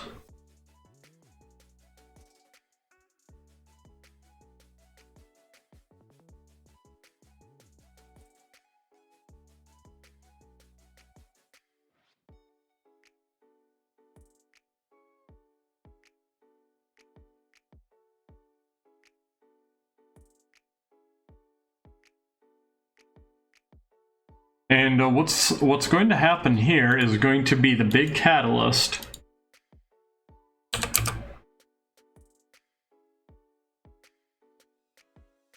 for the Steiners leaving American Pride.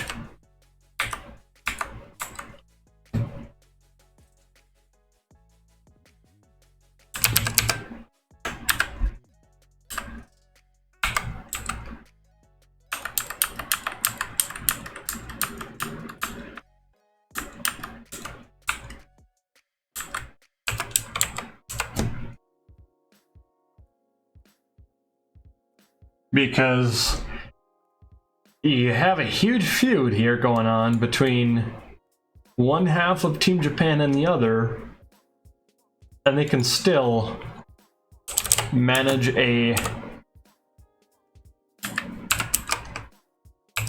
coordinated assault on the Steiner brothers for the victory. Meanwhile, where's the rest of, where's Bob Backlund? Where's Sergeant Slaughter? I mean, Sergeant Slaughter is going to be in the opening match even. He's in the building for sure.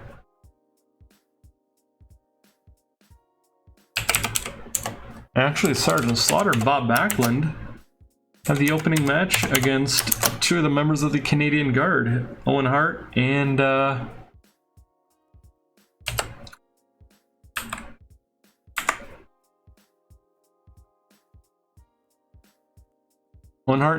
Wellington Wilkins Jr. That's who I was looking for.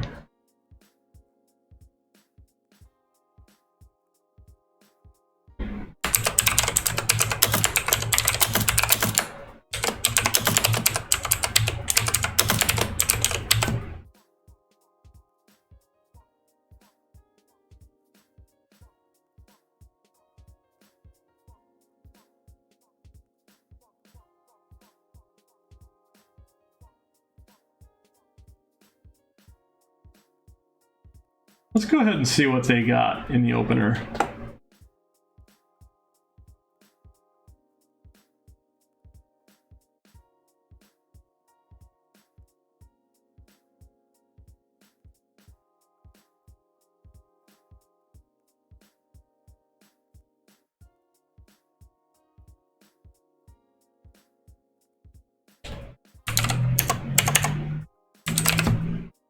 We do have Coco Beware and Joe LeDuc beating on each other after the match, showing why Canadian Guard, who is also apt to cheat, really go at it hard. No Rougeau. Oh, you know what? I have an idea. I think I want the Rougeau taunting the gold standard.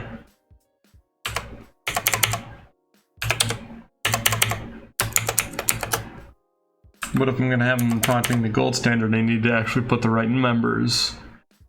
There we go, Steve Kern and Tom Pritchard.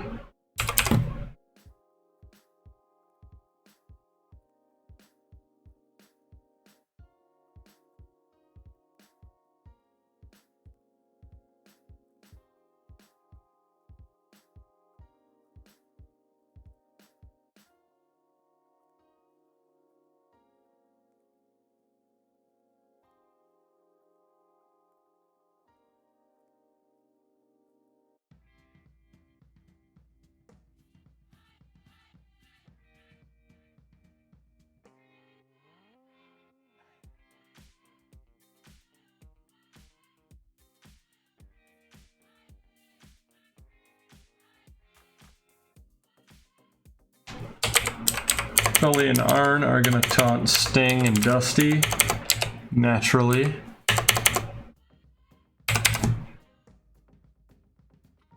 only to get their comeuppance at the end of the show.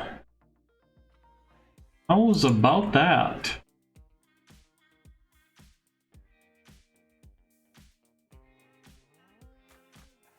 Alright, we're gonna open up the decent opener, not as hot as it's been, but we can't check every box every time as high as we have been. Decent match though to start the show. There we go. There we go. Holy shit, there we go.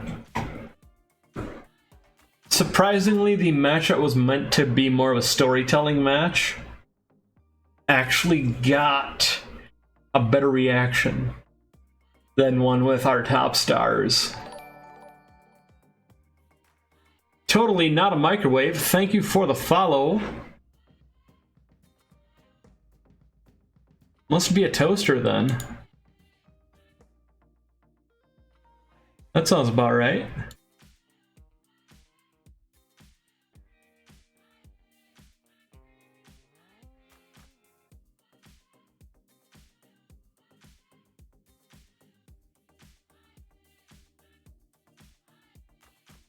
All right, so we are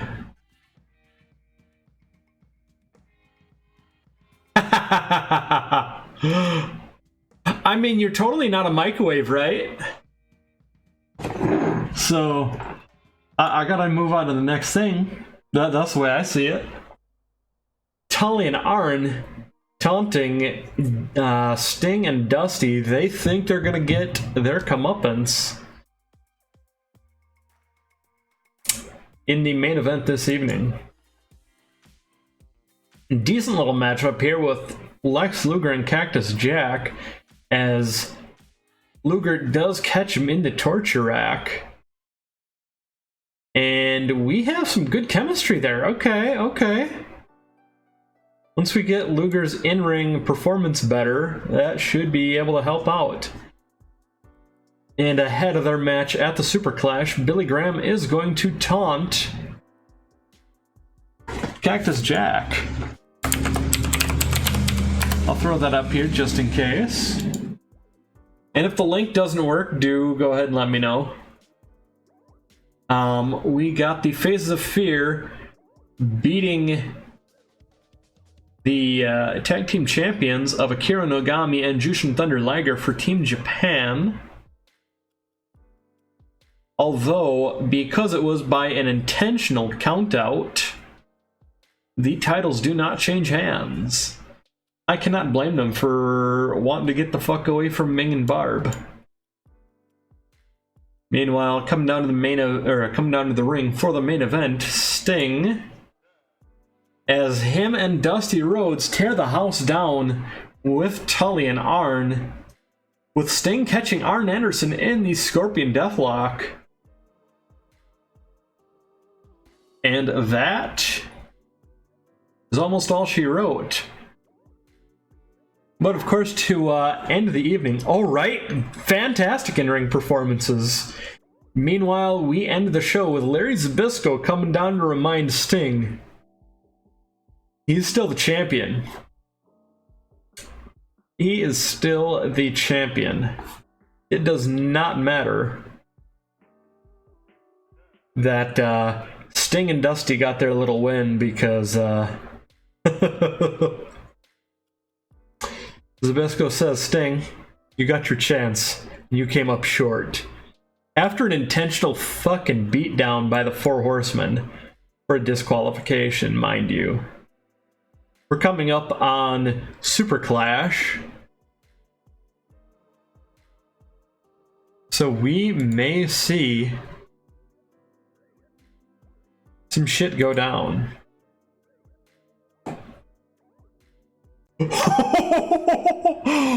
Oh shit. Oh shit.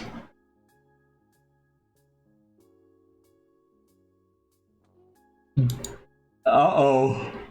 Uh-oh. Vince. You just put the belt on someone I'm gonna steal from you. Joyce Grable also claims the women's title. Portland Wrestling, fantastic turnout. Hogan has invented a new move, and he now has 3 moves. Hogan now has 3 moves in his repertoire.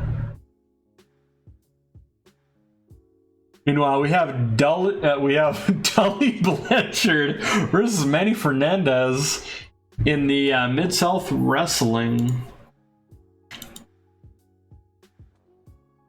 And Baron Von Raschke is going to be going head-to-head with Kurt Hennig in CSW.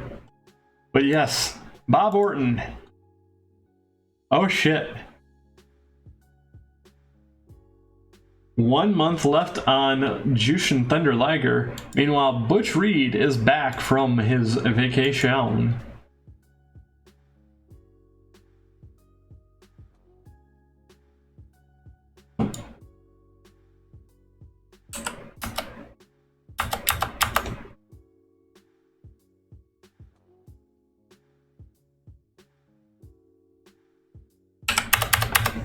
I'm offering you a guaranteed downside.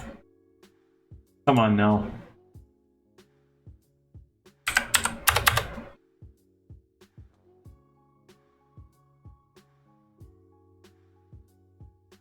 Hey Vince, I'm signing away your champion.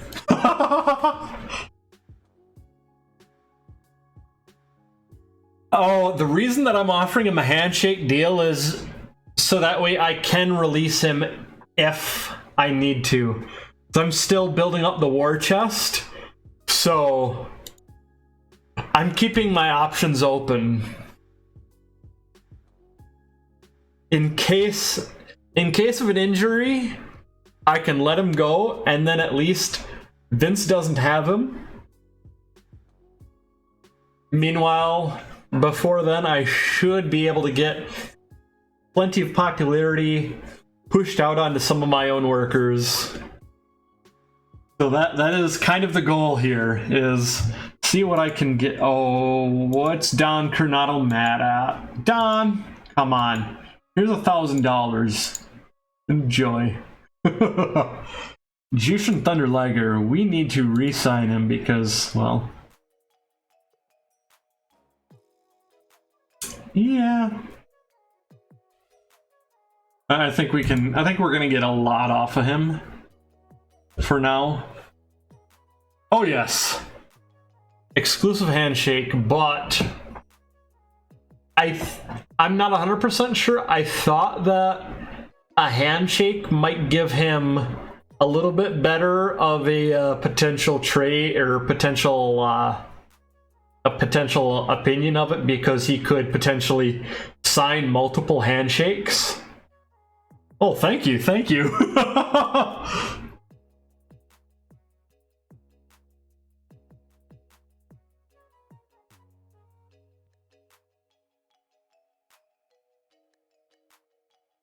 Yeah, we have,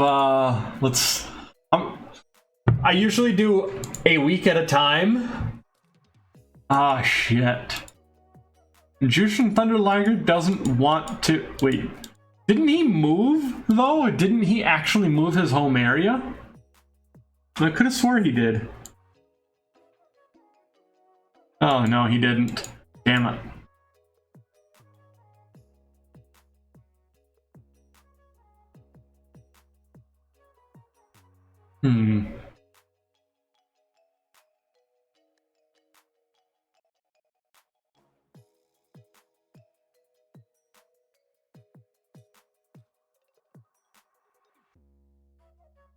He just wants to go back home. I feel like I need to wait for Jushin Thunder Liger's contract to actually end and then re-sign him. Shinya Hashimoto is money, okay. Joe LeDuc does need to learn how to sell, I'm not gonna lie. So we have a fucking insane roster. It's one that I intend to improve upon, although I don't know how. Aside from when I can steal Ric Flair and Macho Man. We got Akira Nogami, Arn Anderson. Unfortunately, Bam Bam Bigelow's injured. We're still riding out the popularity of Baron von Raschke because he's valuable in the home area, at least. Big Van Vader. Superstar Billy Graham. We need to work on getting him utilized, but looks like Black Warrior as a luchador is going to be valuable, at least for the low mid card.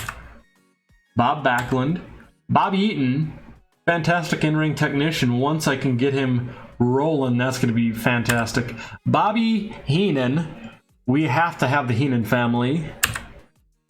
Boris Malenko's a fantastic road agent for us. Brad Reingans, good in-ring technician. Unfortunately, not a good promo. Bret Hart. He's going to be starting very, very soon. Referee Mark Curtis. Bruiser Brody got stolen in January, February by New Japan. And around the same time, McMahon stole Road Warriors Hawk and Animal. Yep, exactly. Also Bill Eadie. Let's see here. Who else? Vince stole, he stole the model Rick Martel. There's a couple others that Vince stole, but those were the main four that Vince stole. So, effectively, there's the Hogan steal, then there's the 1995 steal that, well, the 90, or the, not 95, 85, but really 84 steal of Ventura, Heenan, and all that group. Then he went in and raided me in 85 again for the Road Warriors. It's no wonder why I'm at war with the WWF right now, but I'm winning. At least I like to think so. I got Butch Reed, and in a month, Ron Simmons debuts, so I can bring in Doom. We got Mick Foley as Cactus Jack right now, but a face Cactus Jack, and I'm kind of surprised how well that's actually going over. I switched him over to face because of my roster, mainly heels. Let's see, we got Chris Markov because everyone has their Russians, so he was more of the Russian that I had. Colonel De Beers we picked up off of one of the I think it was off of the Quebec territory that was failing, so he's like, oh well, we could use a decent in-ring hand. No, Nikolai Volkov and the Iron Sheik have both been stolen by us.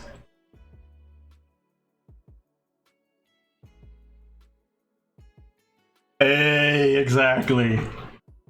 Let's see here. Oh, we got DDP, Dean Malenko, Kurt Hennig, Don Coronado, Dusty Rhodes, of course, as previously mentioned. We got Gene Okerlund back for our mic. Meanwhile, George the Animal went from being a temporary wrestler until his retirement, so now he's going to be road agenting. Gordon Soleil on the booth with Jim Ross, and sometimes Rod Trongard or Nick Bockwinkel. We got Greg Gagne, Harley Race, Hisakatsu Oya, Ivan Koloff, naturally, Jacques and Raymond Rougeau. I unfortunately do not have the Sheik. Hey, Rockstar Gene, thank you for subscribing to my OnlyFans. So yes, that's always my joke whenever someone subscribes. So let's see here. We got Nick Bockwinkel, mostly as a manager. Ooh, nice. I'll have to do some. Yes, perfect. Hey, hydrate again. Alrighty. We got Ming and Barb. Hydrate again.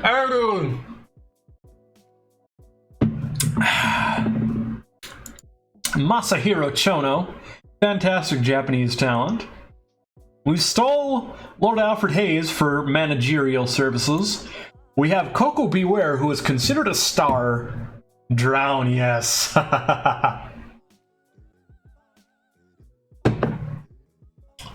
Oh, Junkyard Dog, there's another steal we got from Vince. Vince rated us, now we're rating Vince right back. We had to have Corny for the Midnight Express. Damn right. We got Jerry Briscoe, who... Nice. Excelente. Excelente, Josh. Jim Duggan. Right. See, I think he has certain aspects to still offer the business. Like, I disagree with him on some stuff about the business modernizing. I do agree with him on, like, the Bucks and Kenny Omega, because I love psychology. I love when people do shit and it makes sense. That's one of the biggest things. That's why it's been so hard for me to watch AEW. Like, Corny's a fantastic manager. No matter what. No matter what, he is a fantastic manager. He always did that good, at least. Ole Anderson, we stole him from Jim Crockett Promotions, because it's 86, so no WCW yet. Owen Hart, we're working on getting him boosted up. Ox Baker, road agent, but we brought him in for a brief time before he retired to boost someone's profile. Oh, absolutely. His booking and managing is fantastic. I will agree. Speaking of booking and managing, I do want to put Paulie Dangerously opposite side of Corny. I do want to bring in Austin Norvell, Dennis Condrey, and Randy Rose, and have that feud going on. The old school Midnight Express versus the current Midnight Express. Brought to you by Paulie Dangerously. Meanwhile, we have Paul Ellering, who I had him, of course, naturally with Hawk and Animal initially, but when they got sniped from me by Vince, I had him switch over to the fabulous ones of Steve Kern and Stan Lane.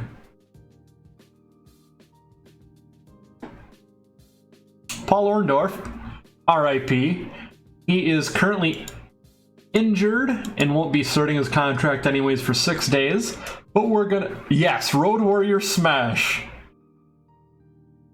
who is one of the 2 Road Warriors that Paul Ellering is now managing. Yep. Vince stole my Road Warriors. I'm making new Road Warriors. AKA, yes, Double Vision.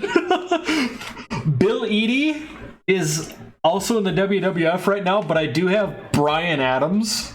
Yes. Also, when I bring in the real Road Warriors, I'm going to have Road Warriors Hawk and Animal feud with Road Warriors Smash and Crush. Because I have to. Meanwhile, I do not have Brian Clark yet. I don't know if he's debuted yet, actually. I don't know if I have...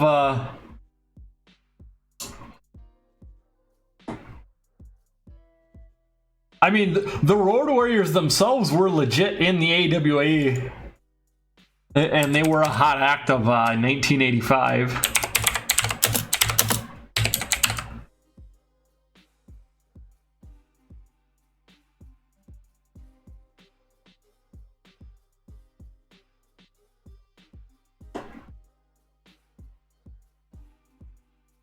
And I think that's actually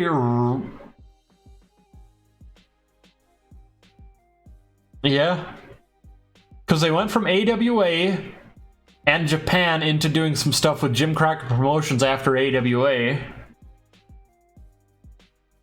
So you are correct. I mean, that was when they were still, they were calling themselves the Road Warriors everywhere aside from WWF, where I don't know why. Oh, okay. Actually, you know what? I did have the wiki up. The reason why he wanted to retire the Road Warriors was because of the Ultimate Warrior, and to a lesser extent, Kerry Von Erich being referred to as the modern day Warrior. I mean, I guess, yeah. If you have the Road Warriors, how are you going to call the Ultimate Warrior anything less than a joke? Actually, I call him a joke no matter what. We do have Pegasus Kid, Chris Benoit. And we have the Steiner brothers. We have we have Sabu, who we're currently trying to slowly get over.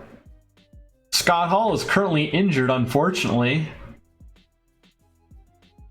Ted Oates. right. See, this is when he was not only a babyface, but legitimately a babyface. Oh, shit. Sheik Adnan Al-Kasi. Shinya Hashimoto, Silver King. We got a lot of people to fill out the lower card and the upper card. We got Sting. And because I'm a huge Sting mark, and I'm a Packer fan being from Wisconsin, I naturally put Sting in the green and gold. Ted Oates, the man, the myth, the legend, a star. Teddy Long. Terry Gordy.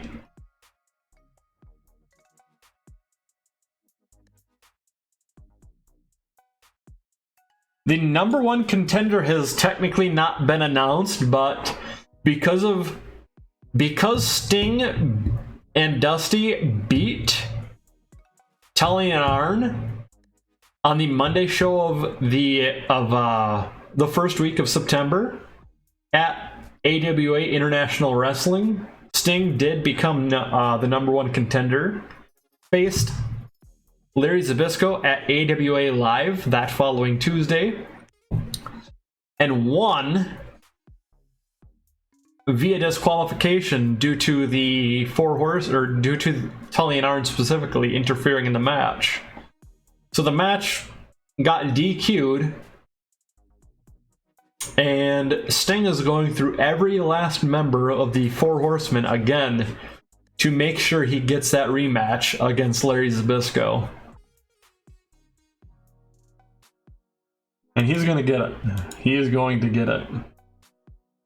Tully Blanchard, Tracy Smothers, Teddy Long.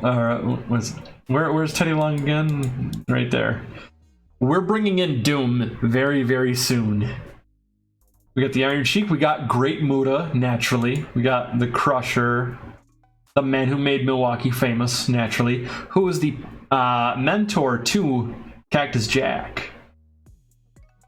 In the file, anyways. Tom Pritchard, one half of the Gold Standard. Oh, Muta's doing fantastic. Muta is held at a high level here. Vern Gagne, the man who we fired from his own promotion and hired back as a road agent. That was the best thing ever, because we are playing as Arnold Schwarzenegger as the new owner of the AWA. And we have had a fantastic 1986. Yes. Now, the biggest reason we were going between either Arnold or Mr. T, because I wanted to get some of that foreign prestige by having them on screen. And there were a couple markets abroad that Arnold had a little bit more popularity in.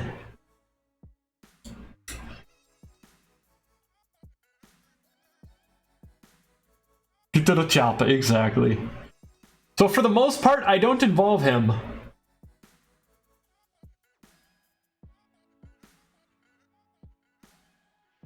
Ghostbuster debuts in syndication.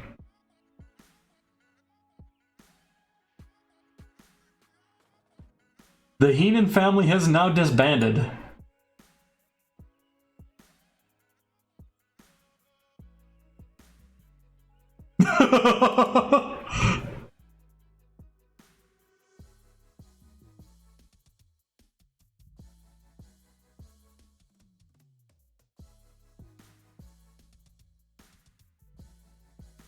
Ooh. 5 days we get Bobby Heenan, and by extension also Ole Anderson, who was hired at the same time, and Paul Orndorff. Exactly. Yep. That is the big thing that I intend to do. Have the Heenan family. I might have to reduce some of my stables, in all honesty. Also,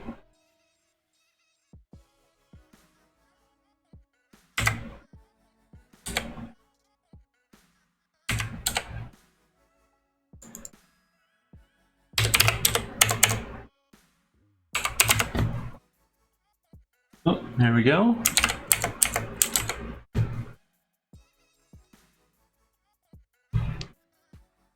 We did take these Steiners out because of... I mean, to be fair, most of my factions are small. I'm outside of the USSR and Team Japan, who are kind of meant to... Well, Team Japan is meant to, you know, farm people up as they get sent over on excursion deals. Because I take both excursions from All Japan and New Japan. So All Japan and New Japan have got to be pissed when I'm putting their workers together in a faction. However, unlike AEW, I have over half of my people not in factions. Right? Exactly! Exactly! The Canadian Guard is merely meant to keep, what is it? The Rougeau brothers somewhat relevant and give me a chance to push Owen Hart and bring in Brett as a tag team and maybe split the Harts off and give something for Joe LeDuc to do.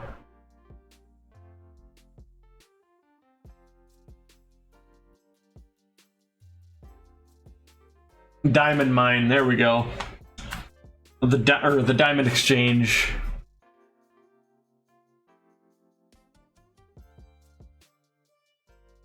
I started calling them the Diamond Mine because, you know, when I was growing up, there was the Diamond Mine in WCW, but it originally was the Diamond Exchange in AWA, which of course was really falling off by the time I was even born, because it was about in '88. So unfortunately, very little left in AWA and no TV deals. So yeah, but we changed the name back from the Diamond Mine to the Exchange.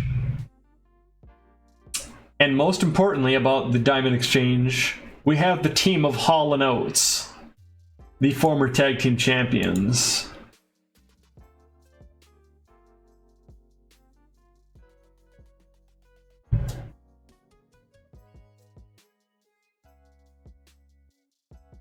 Actually, funny enough, that's what I intend to do. I do intend to bring Scott Levy and Kevin Nash into the Diamond Exchange. Ooh, nice. Because at one time when Scott Levy was Scotty Flamengo and he carried the surfboard around, he was actually in the Diamond Mine as well. Same thing with what is it? Scott Hall was the Diamond Stud. Yep. So as some of these stables eventually fall, certain ones may end up actually attracting more members. depending on kind of what I got going on with a roster. But because my roster is overbloated, I do intend to split off into 2 conferences and split some of the titles. I'm not going to split the heavyweight title across, you know, I'm not going to have both brands get their own world title. Nah. Each brand will have the ability to compete for that world title. World champion defends it across the AWA Eastern Conference and the AWA Western Conference. I'm not going to give them 2 names, not like the WWF or WWE. We're gonna keep them with the name. But we're gonna split it as though, you know, East and West, like it's, you know, basketball, baseball, etc. I didn't steal the Big Boss Man. I have him in my developmental, actually. I have 2 Gold Scorpio. I have Norman Smiley. Brian Adams.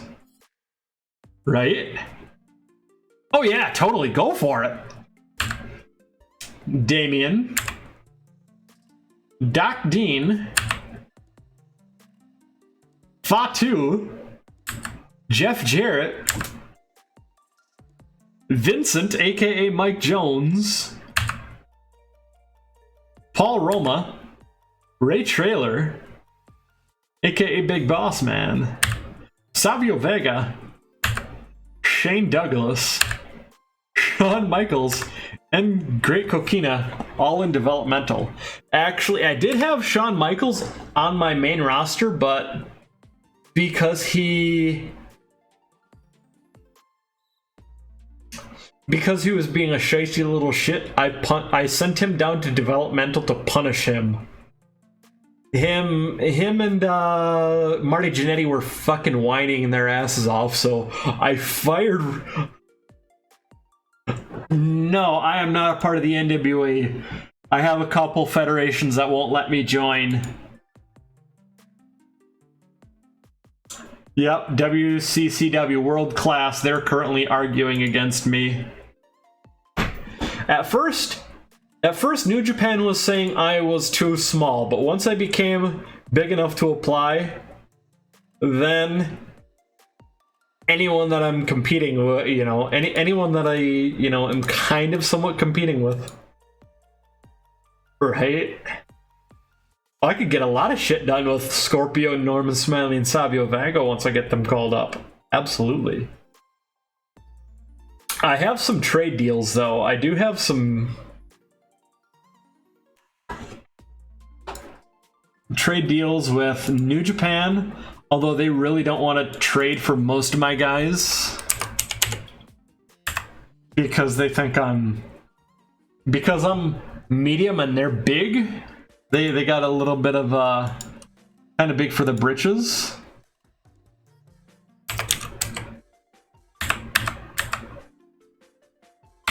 I can't get Andre the Giant, who New Japan stole from the WWF.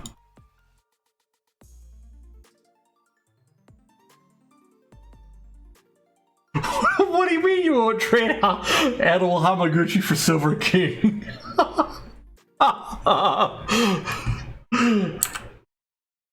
Come on, Silver King's gonna be a movie star someday.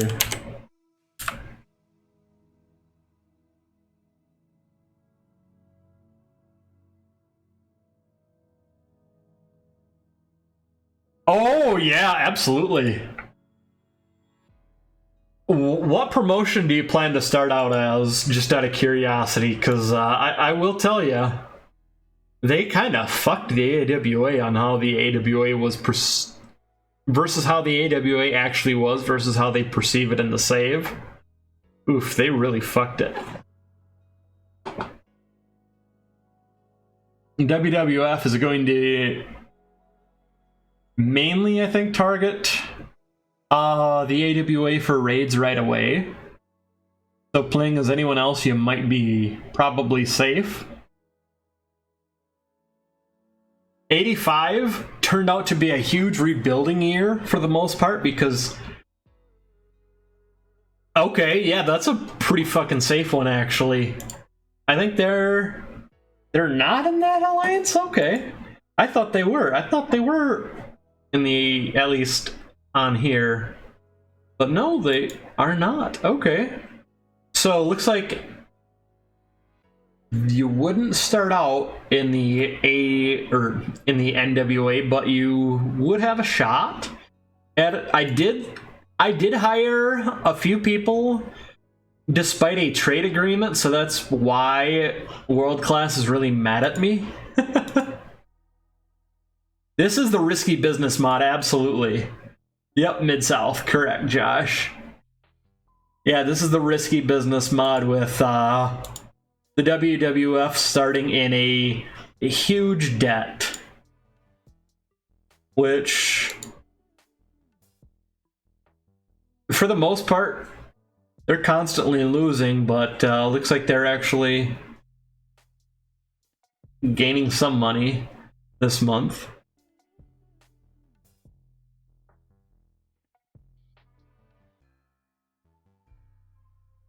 I would have more money than this, but I've been investing a little bit into a... I wish it would have the option of, you know, being terrestrial or cable, but, you know, when you create their own... Right?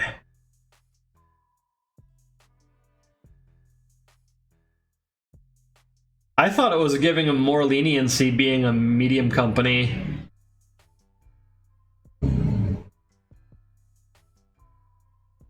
Yep. Although all their talent is getting signed away, so I need to stop doing that. I hired the Midnight Express. Well, I hired more so Cornette and Bobby Eaton.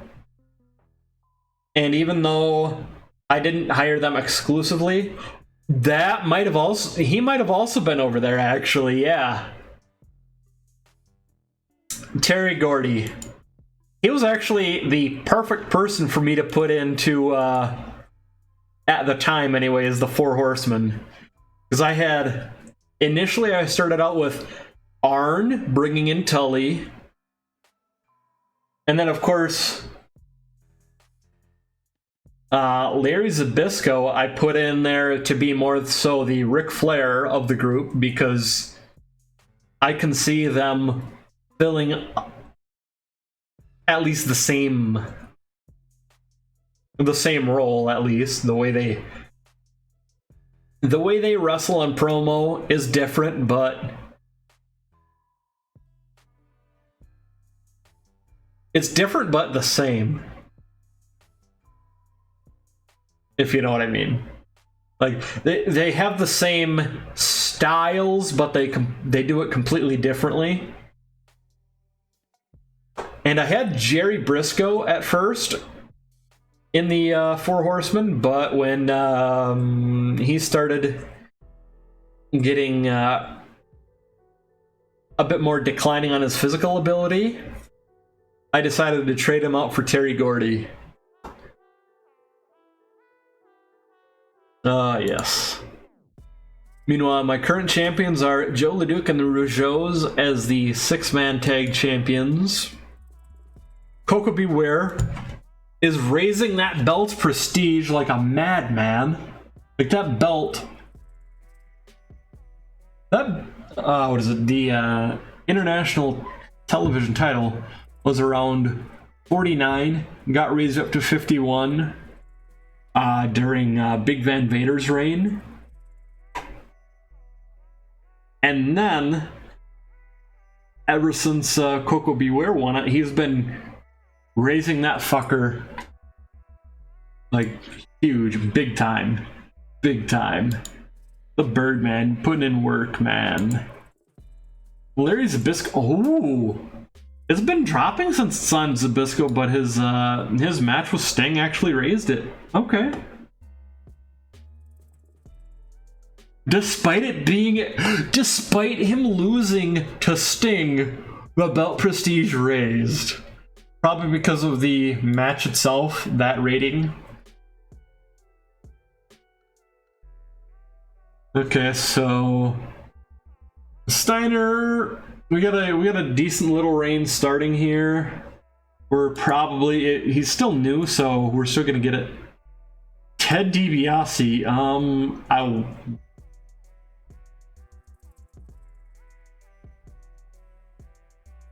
let's see here. I don't want to say it, but I want to say he's probably still in the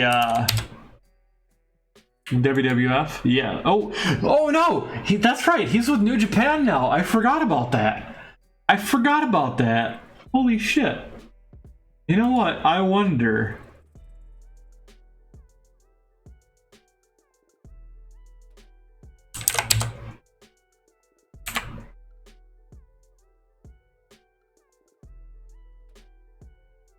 Really?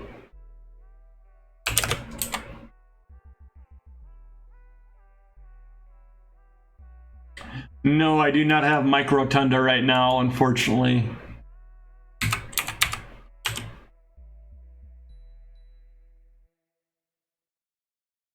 He is currently still there. Oh, absolutely. Absolutely.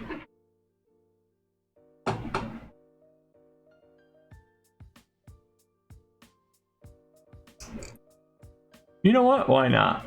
Boom.